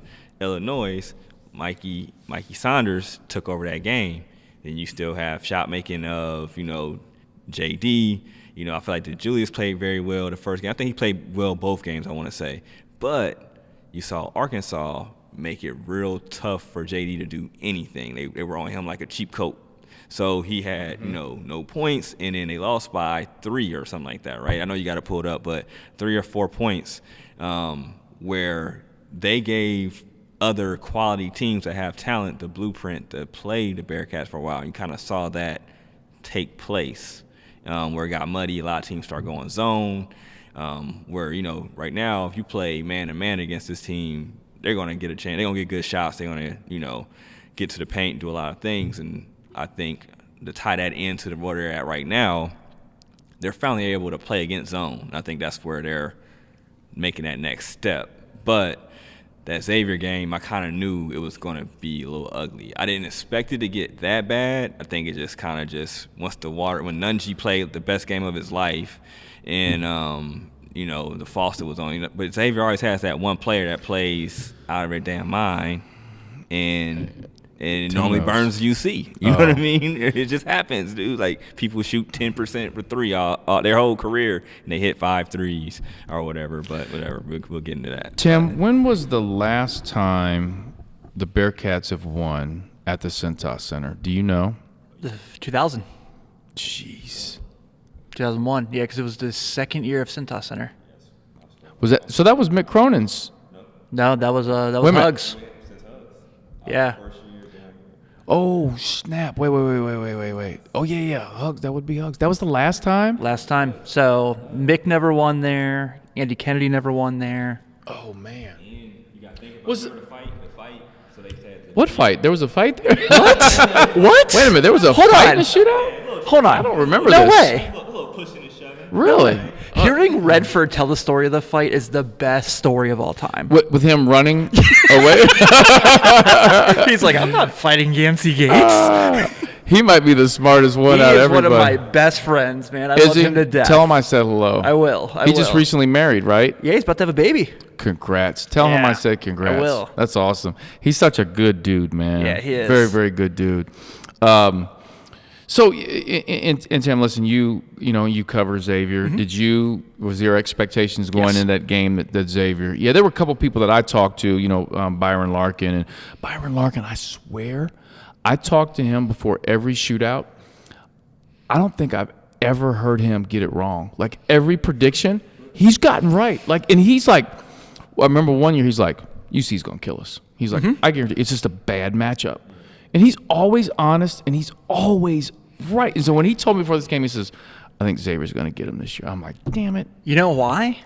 So Byron and Joe, this is kind of behind the curtain for the enemy. Byron and Joe, like I've traveled with them. Like I was with them in Charleston a couple years ago. Joe Sunderman, for those Sunderman, Bearcat yes. fans who don't know that. Thank you. Former Xavier player as well. Hall of Famer. They literally, like before games, they have like their paperwork out for every single player on the opponent's team. They have like their heat charts. They study the game so hard. Yeah. And they care so much. They want to make sure they don't make a mistake on the air. Yeah. So we're in Charleston for the Charleston Classic a couple years ago. It's when they play UConn in that double overtime meeting out there. And Joe, I'm in the media room with Joe Sunderman. He goes, Tim, do you know anything about James Bouknight? And I was like, oh, do I? Oh, do I? And we're talking about it. And I was like, yeah. I was like, that was only his Bouknight's second game because he had a suspension his freshman year at UConn. Okay. And I was like, and he's like, I guess he shoots the ball pretty well. And he just didn't like, he cared so much. He was like, what do you know about him? What should I like look for in this game? Like Joe asked me all these questions. So him and Byron, like, they'll tell you about Villanova. They can tell you, Yeah. how many times Colin Gillespie's taken the ball on a handoff and he made a bucket. Like, Yeah. that's the kind of dudes they are. Oh, I believe Byron is this. First of all, he's a salt of the earth like person. First of all, one of the greatest. I think he's the great. I call him the Xavier GOAT. Yes. When I call him up, I just say, "Hey, what's up, GOAT?" Like, Yeah. we've known each other for a long time. So, but listen, and I want to kind of move down the schedule because after the Xavier game, we went on a 3-game winning streak. The Houston game was postponed. It's now rescheduled. March 1st. For the last game of the season.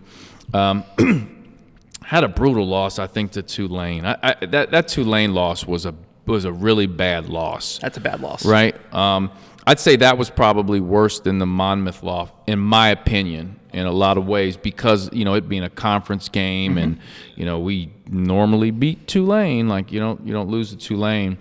Is there something you want to add to that, Tim? I was going to say my first Bearcat game I ever went to was when you guys played Tulane in '98. Oh, wow. Melvin had a pretty nice dunk in that game. Wow. Yeah. A little long back in the day. Yeah. How old were you then? 9. 9. Yeah. 9-year-old Tim in the crowd, turning up with the Melvin Levitt dunk. Mel's one of my favorite humans alive. So, yeah, like honest truth. Like anytime I'm around him, I gotta make sure I talk to him, just because he always he'll talk to you for 30 minutes. He asks about a 2-minute question. Just one of my favorite humans. Yeah, Mel's just one of those guys where, from day one, he stepped on campus. He was going to be a character, and he was going to leave as just one of those guys that was unforgettable. Regardless of what he did on the court, he was going to be unforgettable. It just worked out that he was a great player, on the court. So definitely, I'm going to get Mel on the podcast very soon. Let's talk a little bit about Neil. If you want to jump onto this real quick, I want to talk about really take a deep dive into I believe it was the last 4 or 5 games. Memphis. And gosh, we should even be talking to Tim about this because he's such a big Penny guy. I feel like we defer to the Penny fan here. But that Memphis game, the Bearcats, I thought played really well that game. and leave out losers 87-80. I thought they played well that game. Showed some great fight. A tough road game. Just couldn't get it done in the end. Yeah, I mean, as you mentioned, that is a tough road atmosphere to play in. As everyone knows, Memphis is loaded with 5-star talents. What do you think about that floor? Love it.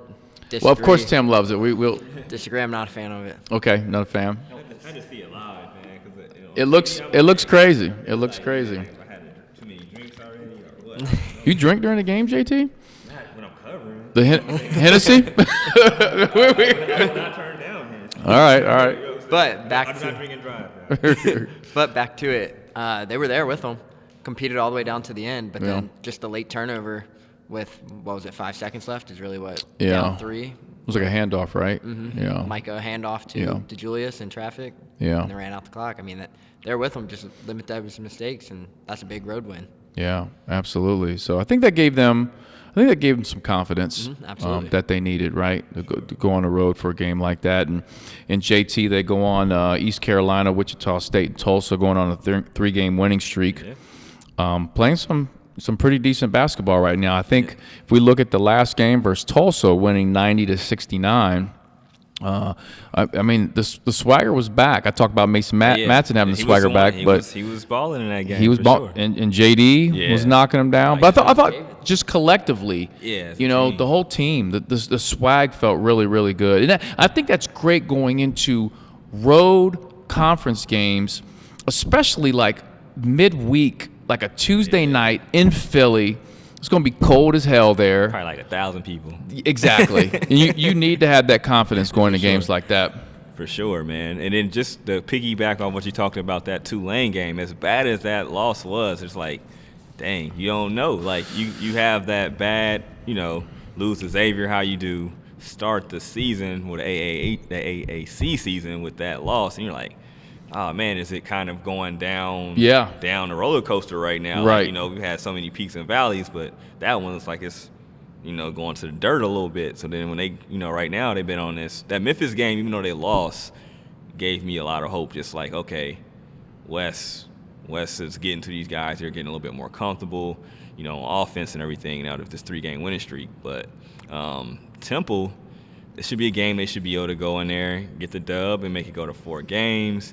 But just imagine, they have another game. I forgot who's the other game on. Was it Saturday? Sunday, East Carolina. East Carolina. I always worry at East Carolina. That place is like, it's so dark, and it's only like 1,000 people at that game too. So it's a noon Sunday game.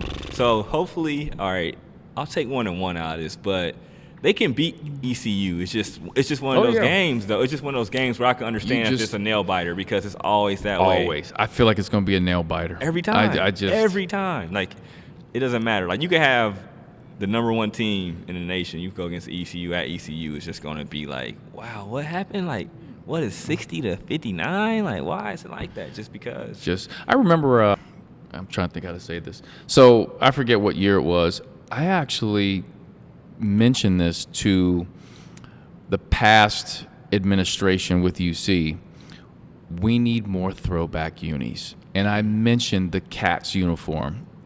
And there's actually, and I'll show you guys after the podcast, there's a uniform from back in the day that Cincinnati wore for like just a short period. It is wild how they have Cincinnati on their jersey. There's some old Bearcat uniforms that are just like, I'm like, we've got to do a throwback jersey with the, like, the Cats thing has to happen, and I've said that over and over. So I'm so glad this is finally happening, and I think those uniforms are going to be they've already been a huge success, via social media. But so that's the Memphis game. They'll be wearing the throwback uni. So JT, I want to take it to you and get your thoughts on what this team has to do. All right, so the big games are, you got to avoid the trap losses. Like, they can go ahead and go to ECU and get that win. Tomorrow beat Temple, then that's good. But they have to split against Houston. I feel like they got to find a way to split, no matter how it is. I would think the home game is probably the one they have to get. It's going to be a little bit easier. I mean, it's going to be hard regardless. It's Houston.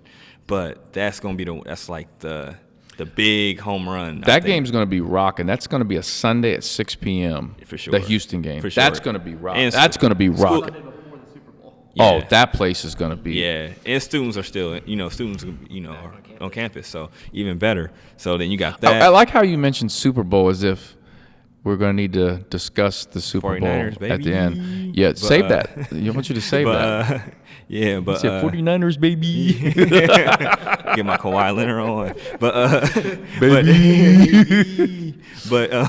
we already lost. We already lost to Memphis. So if they can get, By the way, did you see Kawhi at the? you know what he was doing, right? Everybody, you know exactly what he was doing. He was like rolling somewhere. But he was doing that on the what it do, baby.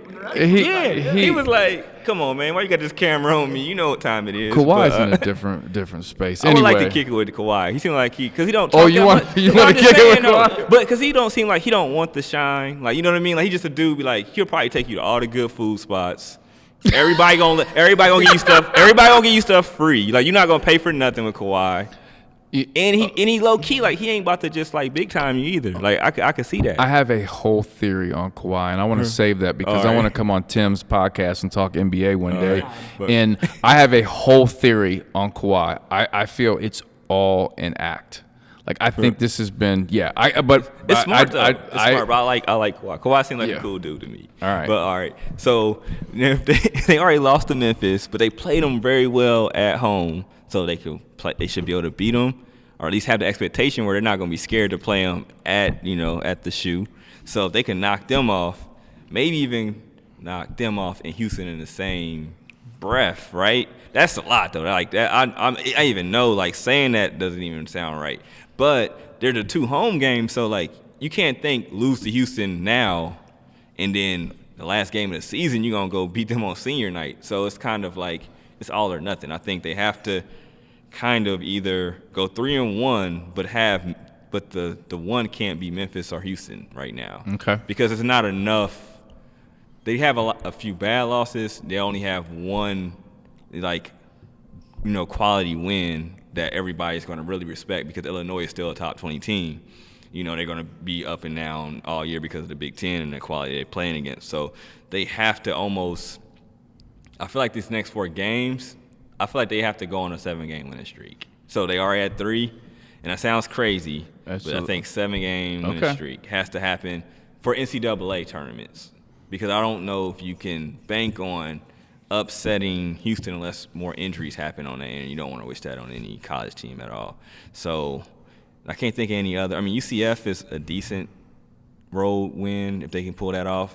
SMU again? Yeah, We'll be at Tulsa, at UCF, at SMU. SMU may be, that's a decent one, but none of them hold the weight as Houston. Houston holds the weight. They are the king of the conference right now. I will say this. Win your home games that are left on the schedule, right? Mm-hmm. Hold down your home court. Win the games on the road you're supposed to win, and then see where it shakes out. See where it shakes out. I mean, this team isn't, like a top tier team, a Bearcat team that we're like, okay, they can win the rest of this schedule. We don't know, but if they can hold down Memphis at home, Houston at home, Wichita State, Temple, South Florida, beat those teams at home, and then win the games you're supposed to, sneak one on the road, maybe here and there, and then you've got the conference tournament. You never know. But Yep, you're right. True. And like Tim said, I agree with him on this. I don't think this is an NCAA tournament team right now, but same.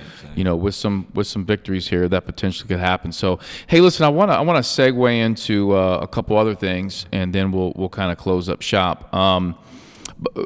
So before I forget, the game on Tuesday, Tim, how good is Temple? Should we win that by? Yes. Okay. Yes. Okay. So Yes.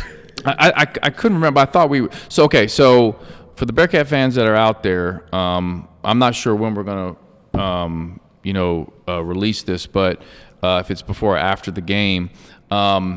But Sam Martin, the walk-on, who's been at UC for 30 years, and I say that with love because I've known Sam since he was a little kid. He's the OG. Sam Martin and I had a friendly bet on the Roger Bacon Summit game. Okay? So I'm going to show you guys. He lost the bet. Roger Bacon won. So we had a bet on what each person had to do.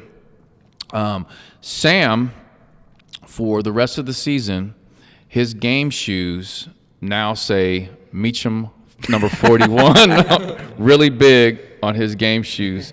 He had to write that. So if he gets in versus Temple, make sure you notice the Meacham 41 shoes. So Yeah, right now Ken Palm has it as a UC 4-point win. you love Kim. Huh? I think they're going to beat them by more than that. Okay. So So Sam might get in. I'm hoping so. Temple's 302nd in the country in tempo, which means they're very slow. You put Mikey Saunders in that game? Speed it up. Yep. I like that. Let's jump into this real quick. I want to do a couple quick questions, quick answers. We're going to kind of go around. Let's make it quick.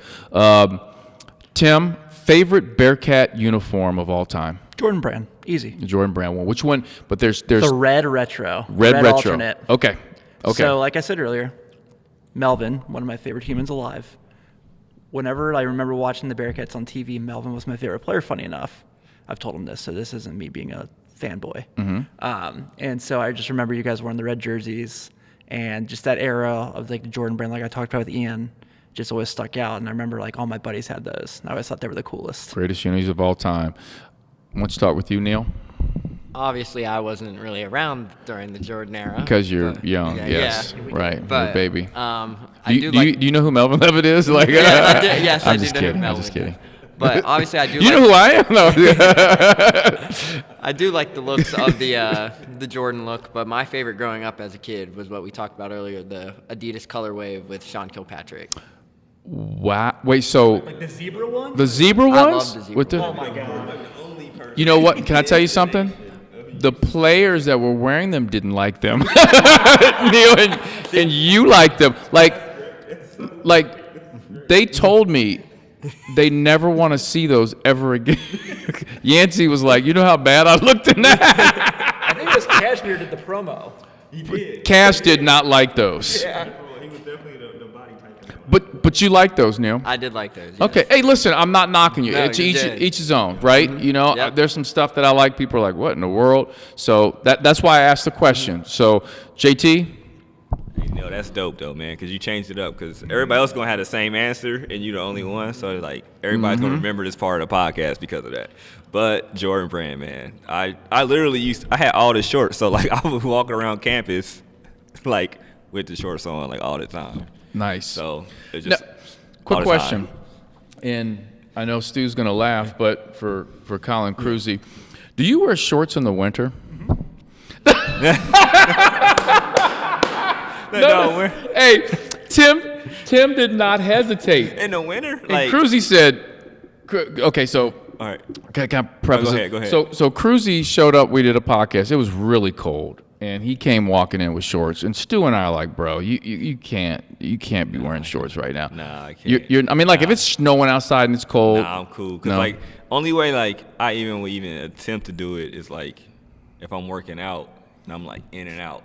But I got tights on. But I got tights on. Okay. And that's like at an older like where I don't like I'm just don't want to take the jogging pants off. I'm just like I'm gonna work out. But if it's got to be like 45 or up though. Yeah, I'm Like I'm with you. 45 I or wouldn't. up. I've seen That's people because with like with the tights though. Like I make sure like it's no skin showing. I'm like KD. You know, not like KD with the ash. you're like ashy like No, that. you know what I'm saying? I don't want to be like KD and show no ash if I got it. But Have I'm you saying, ever like, seen the image that, of- You see that picture though, where it's got like the Jordan face in it? I see. Have you ever seen the picture of KD's ankles and the ash? Somebody made it as a like a map, and it had like a I ain't state see- and I ain't see like that. the little like No, cities I and ain't stuff see on that it. one. It was My pretty bad. I bad. didn't see that one. Neil, shorts in the winter. Do you ever do it? I have done it. Yeah. Jesus. Tim, I know you got excited about this. Basketball shorts all the time. I work from home. Oh no. Okay. Let's say okay, the other night it was the other morning it was 9 degrees outside. If you had to leave, would you wear shorts in 9 degrees? I was in downtown Cleveland this weekend wearing shorts. I think there's a cult following of people that just are like, you know what, we're gonna wear shorts in I the don't do it winter." to be like a badass. I'm don't- just I the don't- most comfortable. I don't. What's so? I will not fly on a plane wearing shorts. Larry David ruined that for me from Curb Your Enthusiasm when he talked about like how uncomfortable that is. So you got to take the mic back. Real quick. All right. So when you fly places, do anybody wear jeans? Anybody? Can't do it. Oh, I'm a sweatsuit guy. All right. Always been. Hey, so if I ever see anybody with jeans on, like I think they're gonna You don't trust them. they're gonna either like hold the plane hostage, try to harm you. Like I get so scared when I see somebody wear jeans. Like I almost want to ask them like, what's your purpose? Like, do you have a meeting? Do you have a meeting as soon as you drop down? Like, why? Yeah. Well, let me ask you this. It's cool though. Does this but bother still, you? It scares me. My dad's 88 years old. He's from a different generation. That's a little different. And That's a little different. he doesn't wear jeans. You know what my dad wears? He wears dress slacks. My dad comes from a different like. He's an OG though. Like he is an OG. You know what's funny? Like my dad has these pictures of him as a kid. Like if you look at pictures of when I was a kid or my brother, we're like got sweatpants on or something like a hoodie or something like that. My dad in that generation is like everybody had on like a suit and like dress stuff. I'm like, did you all wear that all the time? He goes, oh, we used to play in like dress pants and like a white button up. I'm like, holy moly. Yeah, it's different. That's different. That's That's a different era, though. different Different era. era. That's a different He era. So I'll dresses let that up. go. Like at a certain age, it's like you gotta just pay respects. But like if you're close, cause I'm like, I'm older than people think. So when I see somebody I think like it's around my age, I'm like, dude, why you got jeans on at the airport? I think like for one, you're about to try to kidnap somebody. I think two, is terrible. like you're gonna try to harm. Like you're really out to do like some real nasty work. You know what I mean? Like it's nothing good about it. To I've me. never thought about like that, but now that you've said this, Every time you fly, every man, time I'm gonna go. like if you think Keep like, an eye on that this. person's in your age range or a little bit older, like within a certain range, like jeans so in the Is that men airport. and women? Like what if a woman has on like jeans? A woman with jeans on at the airport, she's probably like I think like she's not going to like care about her kids. Like she'll just let her kids do whatever the hell they want. You know what I mean? So you gotta keep your eye on her. Keep an eye on her because You gotta like, keep you're an eye gonna on have her. some kid just crawling on you that It's like, her kid. It's her kid, and 'Cause she's got on jeans at the airport. At exit 12, and you're at 14, and you're like, whose kid is this? Like she probably got jeans on. Okay. Yeah, that's how I look at it. interesting. I didn't know we were going to go that direction, Yeah, but here we go. I'm telling you, that's how I look at it. Question number 2, and please don't forget that Neil liked the Adidas uniforms with the like. That's accurate. We got to make sure we That's keep your that. promo vid right there. So that's you're going to be like the only. I'm gonna go on eBay and find a pair of shorts for him. Oh, there'll be $1. There'll be $1. They might go thank you and they'll send them to you and they might pay you to. Okay. Now that I'm interested to hear your answer to this one, we're going to start with you, Tim. Favorite Bearcat of all time? I think you said it. So Melvin's what I would say just from that era, but it's Nick. It's Van Exel. I like that. Okay. So, we talked about it earlier. I got in that era. But the era I got in basketball was when he was the point guard for the Lakers. And my stepdad, who funny enough went to UC and Xavier, had classes with Van Exel at UC where they sat next to each other. Oh, wow. And I was like, did he ever say anything to you? When I was a kid and he told me this, he's like, that kid never said a thing. He never talked to anybody on campus. He just went to practice, went to class, and left. Nick was a quiet guy, for sure. Yeah. For sure. Did your dad go to graduate school? Who went to graduate school at X. Yeah. Okay. Gotcha. Neil? Uh-oh. It's got to be somebody in the Adidas uniforms from the... Honestly, my favorite, as Tim mentioned earlier, would have to be Lance Stevenson. Okay. All right. Just the defense, everything about him, the scoring, just the way he played the game. That's He was- how I really look up to him. He was fun to watch. I enjoyed Lance. JT? All right, so I'm gonna double up on this one. Since he's already said Nick, my first NBA jersey was a Nick Van Exel Lakers jersey when I was in 7th grade. 31. When I say 31, I think so. I'm pretty sure. No, did he have 31? Which one did he have first? 9 or 31? Yeah, he only wore 31 for like No, 9. I had 9. So I had a 9, purple. And so that was my favorite person. I'm a Lakers fan too, so it was like double up. And then Kenyon Martin, because like if Kenyon Martin wouldn't have played for the Bearcats, like I don't know what school I would have went to, but like that's why Fair. I'm down here. Like school influences Fair. that, but Good. Okay. so, All right. doubled up. I cheated. Okay, that's fine. Question number 3. And Neil, I'm actually again interested. Your answer for this one. Not that I'm not Neil's the interested in Tim superstar and today, JT. my guy. I don't Because care. we just don't know what he's going to say. He's got great ones. Favorite Bearcat game you've ever watched? Ooh. Because you got to think, like Neil's, that's the reason I said what's interesting with him is he's got like a Very different limited window compared to yes. what we have. So, the Alaskan shootout when you guys beat Duke. Good. I was watching it with my dad. You were up late. I was. How old? Gosh, was that 97? That was, God, you think I would know this. That was 90, yeah, it was 97 because it was So I was before- 8. Yeah. And that was the first time I saw Melvin play, and I told him about that. Oh, wow. Yeah, and he was like, I remember Coach K coming to me after the game and saying, "You killed us." Like, Yeah. Oh, man, I got so many stories about that game. I don't even want to dive into that. Neil. All right, so mine's going to be 2019, senior night, Trey Scott buzzer beater. Okay. Just because as a student. Were you there? Mm-hmm, yep. Student section. First row in the student section. Where did you have your shirt off and painted I did not. red? I Okay. did not. Okay, you weren't that guy. But just the whole game, back and forth battle, down the wire. Every time a game goes down to the wire, last possession, it's always a great game. But then the fact was, the missed 3 got the tip out to Trey and the tip in. So wait, help me remember. Did he not play well that game? Was that the game he didn't play well but hit the game winner? Yep. That was it? Yeah. 2 of 13 or something. Yep. Like that. And he hit the game. Okay, that's a good one. Okay, Neil, that was a good one. JT? All right, so my man Tim is like almost in my mind with that's top 3 for sure. And I was gonna go there, but I'm gonna change it up. I'm gonna go back to my memory banks. The Donald Little shot. against Marquette. Yeah.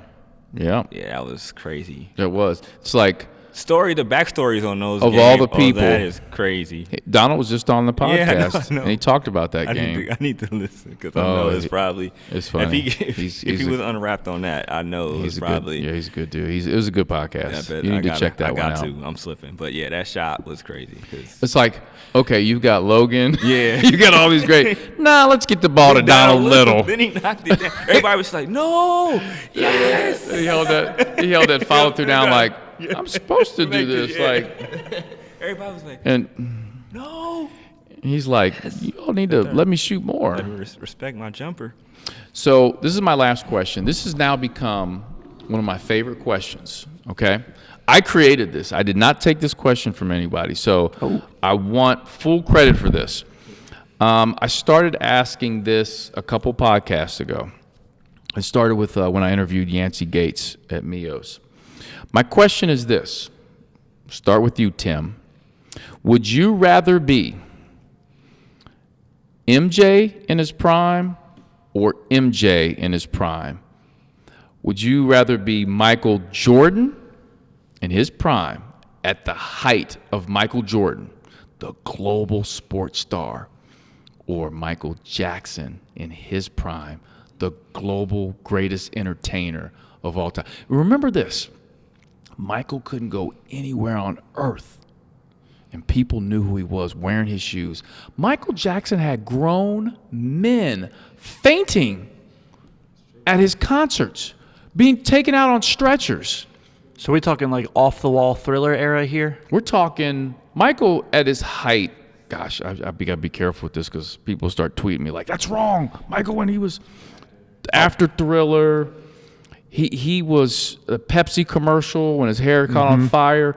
Like, I mean, he is a global star. Absolutely. So MJ in his prime or MJ in his prime? Which MJ do you choose? I would probably go Michael Jordan. Okay. Just because it's very near and dear to my heart, obviously. The Chicago Bulls. Yeah. That's like, I remember so well watching The Last Shot in '98. Mm-hmm. And, I love Michael Jackson, but, he's so happens to be from the same era as my favorite musician of all time, and Prince. Okay. So I lean more towards Prince in that argument. Yeah. Yeah. Yes. Prince, the greatest musician of all time. Yeah. There's stories about like how his whole house was mic'd up just so he could like just sing and he would have it for recording.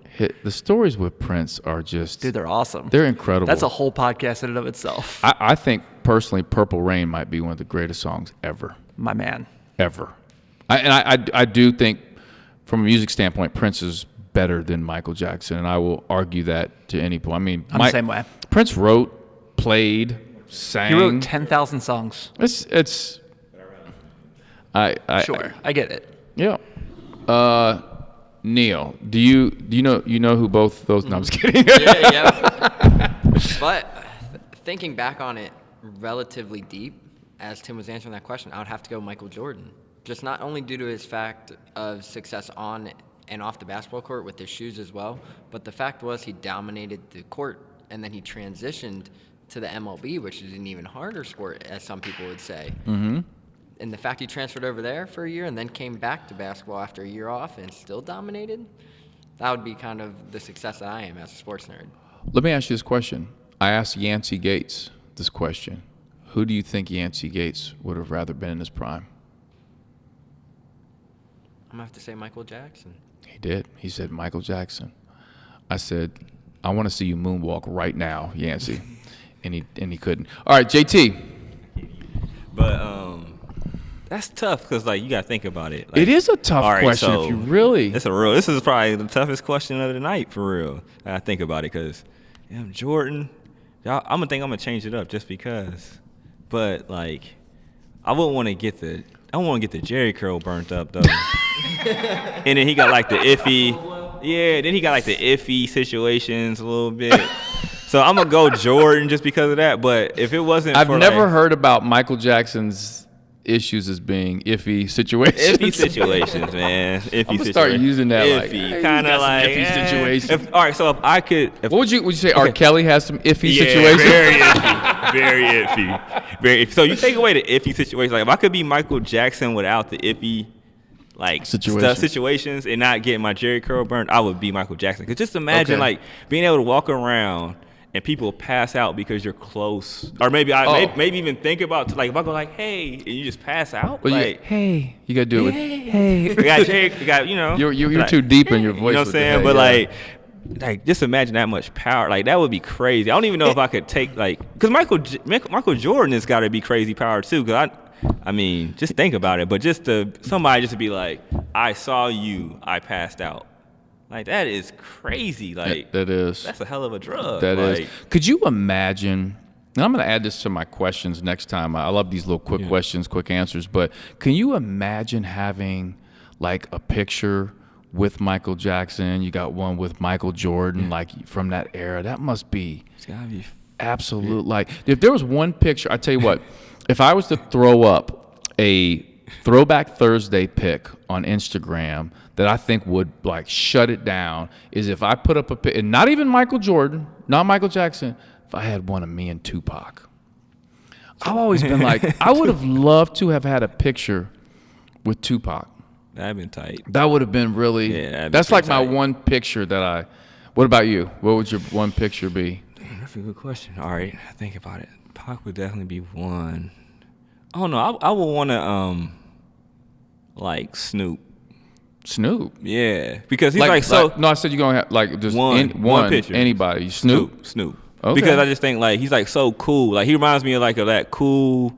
Like he transitioned. So like he went from being gangster, pure gangster, and you will probably want to hear stories about that. But then like he accepts the youth. So like he reminds you of like that cool uncle that you had, or cool cousin or somebody that's like was older, but like. Didn't just bully you. You know what I mean? Like he's like, hangs hey, out with Martha Stewart. Like how didn't he like smoke weed with Martha Stewart or something? He had his own story. He had his own show. Let's think about it. Snoop. That's Snoop. I would love to. If you had told me that when he made Murder was the case and Murder was the case. Like, come on, bro. Like, think about it. That's a good one.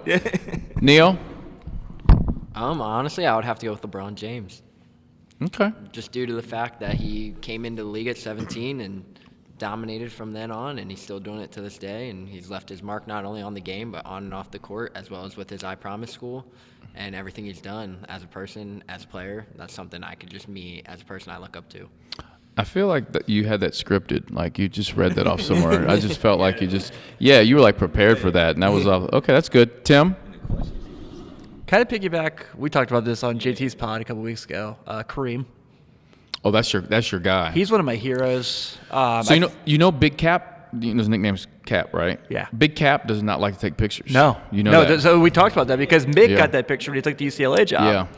And so there's like this whole thing with him is just amazing from, the story of why he became Kareem Abdul-Jabbar from Lou Alcindor and what he stands for. He is a and fascinating guy. just like that biopic that's on him on HBO is amazing. He's a great writer. Yeah, like he's a fascinating. Yeah, when he challenged LeBron with like his COVID post a couple weeks ago. I saw that. That was like what he said of like, you're the guy who stands for like black rights. You're the guy who does these things. Like, do you understand the responsibility you have? Like, I just always really appreciated that Kareem always seemed like he was just like present and aware, and so like that's something I always idolized. Ask when you get a chance next time you see Corey Blunt. Say to Corey Blunt, "Hey Corey, I've been meaning to ask you. Have you ever gotten a picture with Kareem?" Dude, Kareem has dodged Corey like so many times on a picture. He doesn't like taking pictures. And Corey's told me he's tried like 9 times. Like, "Hey, Cat, man, let's get a pic." And Kareem hit him with, "Oh, yeah, hold on one second." He leaves. I'm like, how do you not take a picture with Corey Blunt? Like, so it's one of my goals is to get a picture with Kareem and send it to Corey. I swear I'm going to do it. I'm going to do it. Can't wait. Hey, listen, I really appreciate you guys coming on the podcast. This is great because I've done all these at Mio's, and I just haven't had a chance to really dive into the current basketball team on the podcast at Mio's because I'm talking with former players, and some of them just don't have as much knowledge with this year's team as you guys do. So this is fun because I watch every game. I dissect every game, and to have that opportunity. So can we quickly go around one more time and just tell them how they can absorb your content? Yeah, Tim Daniel, 48minutesnetwork.com, and social media is at TimDaniel518. My Instagram's not that interesting unless you're going to see my wife and my dogs, who I love to death, but that's really all that's on there. Oh, you're that guy that like just dude, the love pictures my dogs. of the dogs. Love my dogs. Okay. Do you take pictures of like your food and post them? Okay, thank you. No. Okay. No. Because I don't want to see the plate of food. No, Okay. just the dogs. Okay. Neil? Neil Meyer. I'm with the Front Office News. You can find me on Twitter at MeyerNeil6, and I'm on Instagram as well at NEM5421. JT? All right, cool. I'm going to be the longest one. But make sure you guys hit up the frontofficenews.com, checking all the posts, latest Bearcat stuff. On the Twitter, you can follow Front Office News. The Twitter. I stole that from B Fox, man. He did that on my pod, so I kind of jacked that one, the Twitter. But at Front Office News, or you can follow me if you want to hear me being a little iffy sometimes.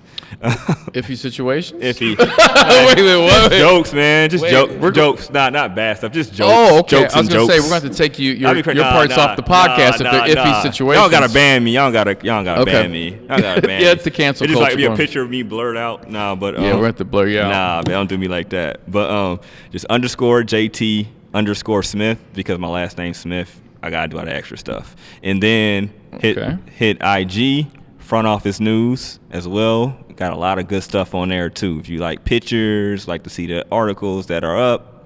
No food pics. No food pics. So there's all you see stuff.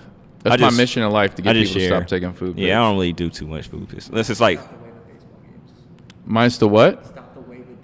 Stop the wave at baseball games. That's your goal. Okay, so I got you. Really?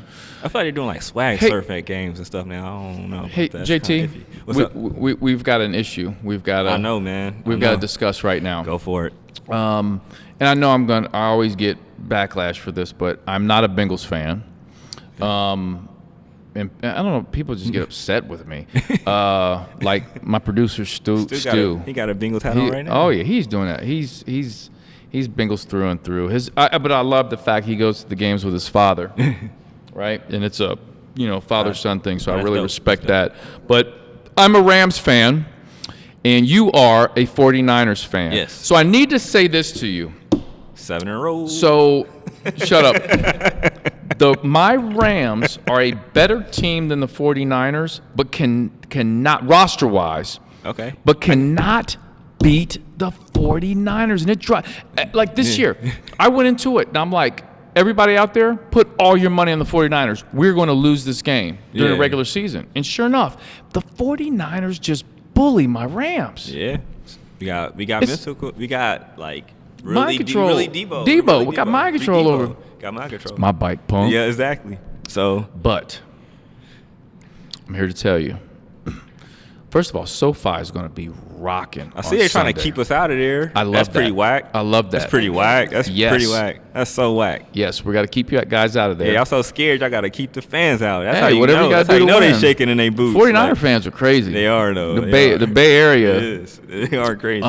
Clearance section. This is a restaurant that has, I don't know if it's a restaurant or like a store. The store, there was an iron for sale, an evening dress, and then you know those things where you shake them and like the little snow thing happens. There was like ones that were like giant size one, and it's not even the winter time. How do they have all this shit in the front of Cracker Barrel? Like, well, there's no way they're selling an iron or do you know people that go there to purchase evening dresses? So I guess I can go this 2 routes. My wife, Oh no! When you start with my wife, did you buy my an wife's iron first or- job was Cracker Barrel. So she No told me this way! story. Yeah, she told me this story when Dude, we I first had no started idea. dating. This is good. I like this. So, and she talked about like the way that they like care about that store is amazing. She's like, we would like give someone their cash, and the manager would be standing behind us to make sure we gave them the right change, like every transaction. I'm like, you guys have 5 registers. Wow. And but my mom, she goes to Cracker Barrel, and it's like, Just to shop? bro, she goes there for everything. Wow. And like, my mom is 60, so it's not like Wow. she's like, no, she's not 60 yet. Hopefully, mom didn't hear that. She's like, Don't yeah. no, just don't 50, tell 57. don't tell your mom's age. yeah, she's in her late 50s. We'll go with that. Okay. Just retired, so shout out, mom. So she goes there just to she doesn't get the pancakes. The No, she pancakes gets the are really pancakes. good. Okay, she gets Bruh. pancakes and an iron. Bruh, she hasn't to got go. an iron, but she loves like the fact that they sell the giant candy bars. Like they sell the they giant. do. Yeah, They do. She's They like, do. I just got this giant Reese cup. I'm like, you know do. what's better than 1 giant Reese cup? 3 Reese cups. Wow. You know, like just That's- go to Kroger. Like. Yeah. What I also find fascinating is like so I was I was coming back from Fort Wayne, Indiana. Okay. Oh boy. I was at the Speece You saw AU about tournament. 70 Subways on the way here. You do see a ton of Subways. Dude. But I stopped in the Cracker Barrel. I had to get some pancakes. JT's favorite at Cracker Barrel, the pancakes. Absolutely. And so I'm checking out the register, and I like look to my left, and I see a bunch of records. Yeah. So there were a ton of records. So there was like what I expected. You know, it was like the Beatles. It was like Lionel Richie. And then they had like, I almost bought them. They had like old rap, like Tone Loc. Neil, do you know who Tone Loc is? I did not think you knew who I Tone collect Loc. vinyl, so So you would have had a Tone Loc Wild Thing. It was. I don't have one. It wasn't the album. It was a Tone Loc like single. I'm like, first of all, where did you all get this from? And like, why is it just now on sale? That came out when I was like 8. Cracker Barrel. There needs to be a 30 for 30 on. Hey, Stu. That's our next That's our documentary. So- we're working on a documentary. Oh, is there one? I Are you don't working know- on one? No, but I'll tell you. How about a dude, joint? Okay, go ahead. I'm down. First off, Stu, my you hear my mom has to be an executive producer. Okay, I'm all right. What's her first name? Becky. Shout out Becky. But I was going to piggyback off of your Tone Loc. The best single I have on vinyl, I have Shaquille O'Neal's "I Know I Got Oh Skills" no. Oh, on God. vinyl. It was a gift. I was hoping you didn't buy it. No. At Cracker Barrel. No, you could see it probably a family video next to Kazam. It's probably just on the same shelf. I will say this. I will argue with people. Shaq is not the best NBA rapper. No, he's not. He's not. Do you know who the best NBA rapper is? Are we talking ever? Well, Are we talking Dame currently? Dame's the best current. Dame's definitely the best. Yeah. But prior to Dame's definitely the best. We But talk about the Iverson record that never Yes! came out. my man, dude, that is fire. It is. Bro, that is. Go to YouTube and I still listen to that to this day. Hey, didn't they ban that? They did. They They did. did. The NBA goes, this can't come out AI. This is Kobe also had a song with Brian McKnight. I think a lot of people forget about that. He did though. Yeah. Stu. That's Stu's guy. You ever see the pictures? You ever see the Kobe Bryant modeling pictures? Remember those? Oh, ones? yeah. Those ones. That was it. That was fake, man. That was an iffy situation. I was like, that's fake. They photoshopped that. So quickly back to the Cracker Barrel. What's your wife's first name? Grace. Grace. That's my mom's first name. Yeah. So tell Grace that I need to have her part of this documentary on, because she's got the inside scoop. Yeah, she does. So that's like, I mean, I need to get. What's the inventory? What do they do with these items that don't sell? Because I don't think anybody's going to buy the Tone Loc single. So what happens with that, or does that just stay there, or has it been there since it came out? Probably, man. I mean, it's the ultimate place to go if you need ball in a cup. Like, It's ridiculous. Or those, remember the candy elephant peanuts things? Yeah. Oh, there's tons of those there. Yeah. And I'm like, why is this a item here? You know what? This is great. This is good stuff. This is all I have, because we could go on and on. Like, I've got all kind of shit we could kind of talk to, right? Well, let's do a random podcast where we just dude, got random anytime. shit. You and Keith did that when you guys talked hip hop, and I was super jealous. Oh, are you a big hip hop guy? Big time. Dude, we got big time. Okay, I'm gonna come on yours, Yeah. and we're gonna Anytime. let's do that. We got to talk Jordans. I mean, that's my shit. So obviously it's yours. It's definitely my shit too. I'm with that. I'm with that. So they got those. No, those are They not. got those LeBrons HB. Those They're LeBrons. the first. Yeah. Yeah, the HBCUs. Yeah, the LeBrons. Yeah, Dude, because they had the King logo on the jersey. Yeah, They look good. Yeah, I saw that, because I know LeBron and Chris Paul are doing a lot with the Mm-hmm. HBCUs, which is really good. I like that they're I love it. investing into Love those, it. which is definitely needed. By the way, did you know? I feel like you guys do. Neil, I'm gonna question that you. Neil, do you know who Master P is? That was not a confident. Neil, that was the most Tim, was that the most unconfident? I know who. Yes. It was. It was. It was very unconfident. It was like Master P. Yeah. He's got a Ma- ball in right there. His son's at So Xavier. Master P's son is now at Xavier, and I went to the Xavier game. I saw you, and that was his first. That was his first game there. First game of the team. Yep, I was there for that. So I'm hoping to meet Master P. That's gonna be. Have you met him yet? Because he's been Not here. yet. He's been here like. Not yet. So I didn't realize what was going on. I'm sorry. I know we're running way over on your pod. That's all right. Stu fell asleep. It's all right. So, how UC's got Eddie E-Train. Xavier's got Bandcamp. DJ Yeah, Bandcamp. yeah. He's awesome. He- He's so good.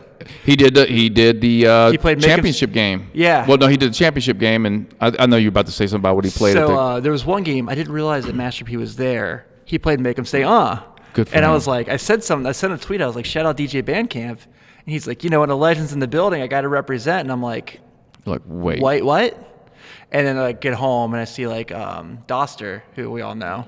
He's my dude for the AP photographer. He posts stuff on his Instagram, photos of Master P at the Xavier game. I'm like, how did no one tell me this? Yeah, he snuck in. Yeah. Funny story. So Danny Peters, the assistant Yep. at Xavier, Former Buckeye. Yep, he and I are like best friends. We've been best friends. His father, rest in peace, Coach Peters. His father was the assistant for Bob Huggins at the Bearcats. So when I was playing and I was around, Danny was a little kid in the Shoemaker practicing. And so he's been a part of the Bearcat family for years, and he was at Arizona, played for the Buckeyes, was with Sean Miller at Arizona for a while, and then Travis Steele recently got him over. And so Danny knows I'm a huge Master P fan. So when I was playing for the Bearcats, I can't wait to meet Master P and tell him this. All we would listen to was No Limit, like Master P, Silk the Shocker, like everything No Limit Records, because Kenyon Martin's from Texas, DeJuan Baker's from Texas, like all the guys listen to Down South, and Master P was running hip hop. So I'm like, I keep telling Danny at Xavier, I'm like, when Master P comes in town, you text me, and I'm driving wherever I gotta go, and I gotta meet Master P.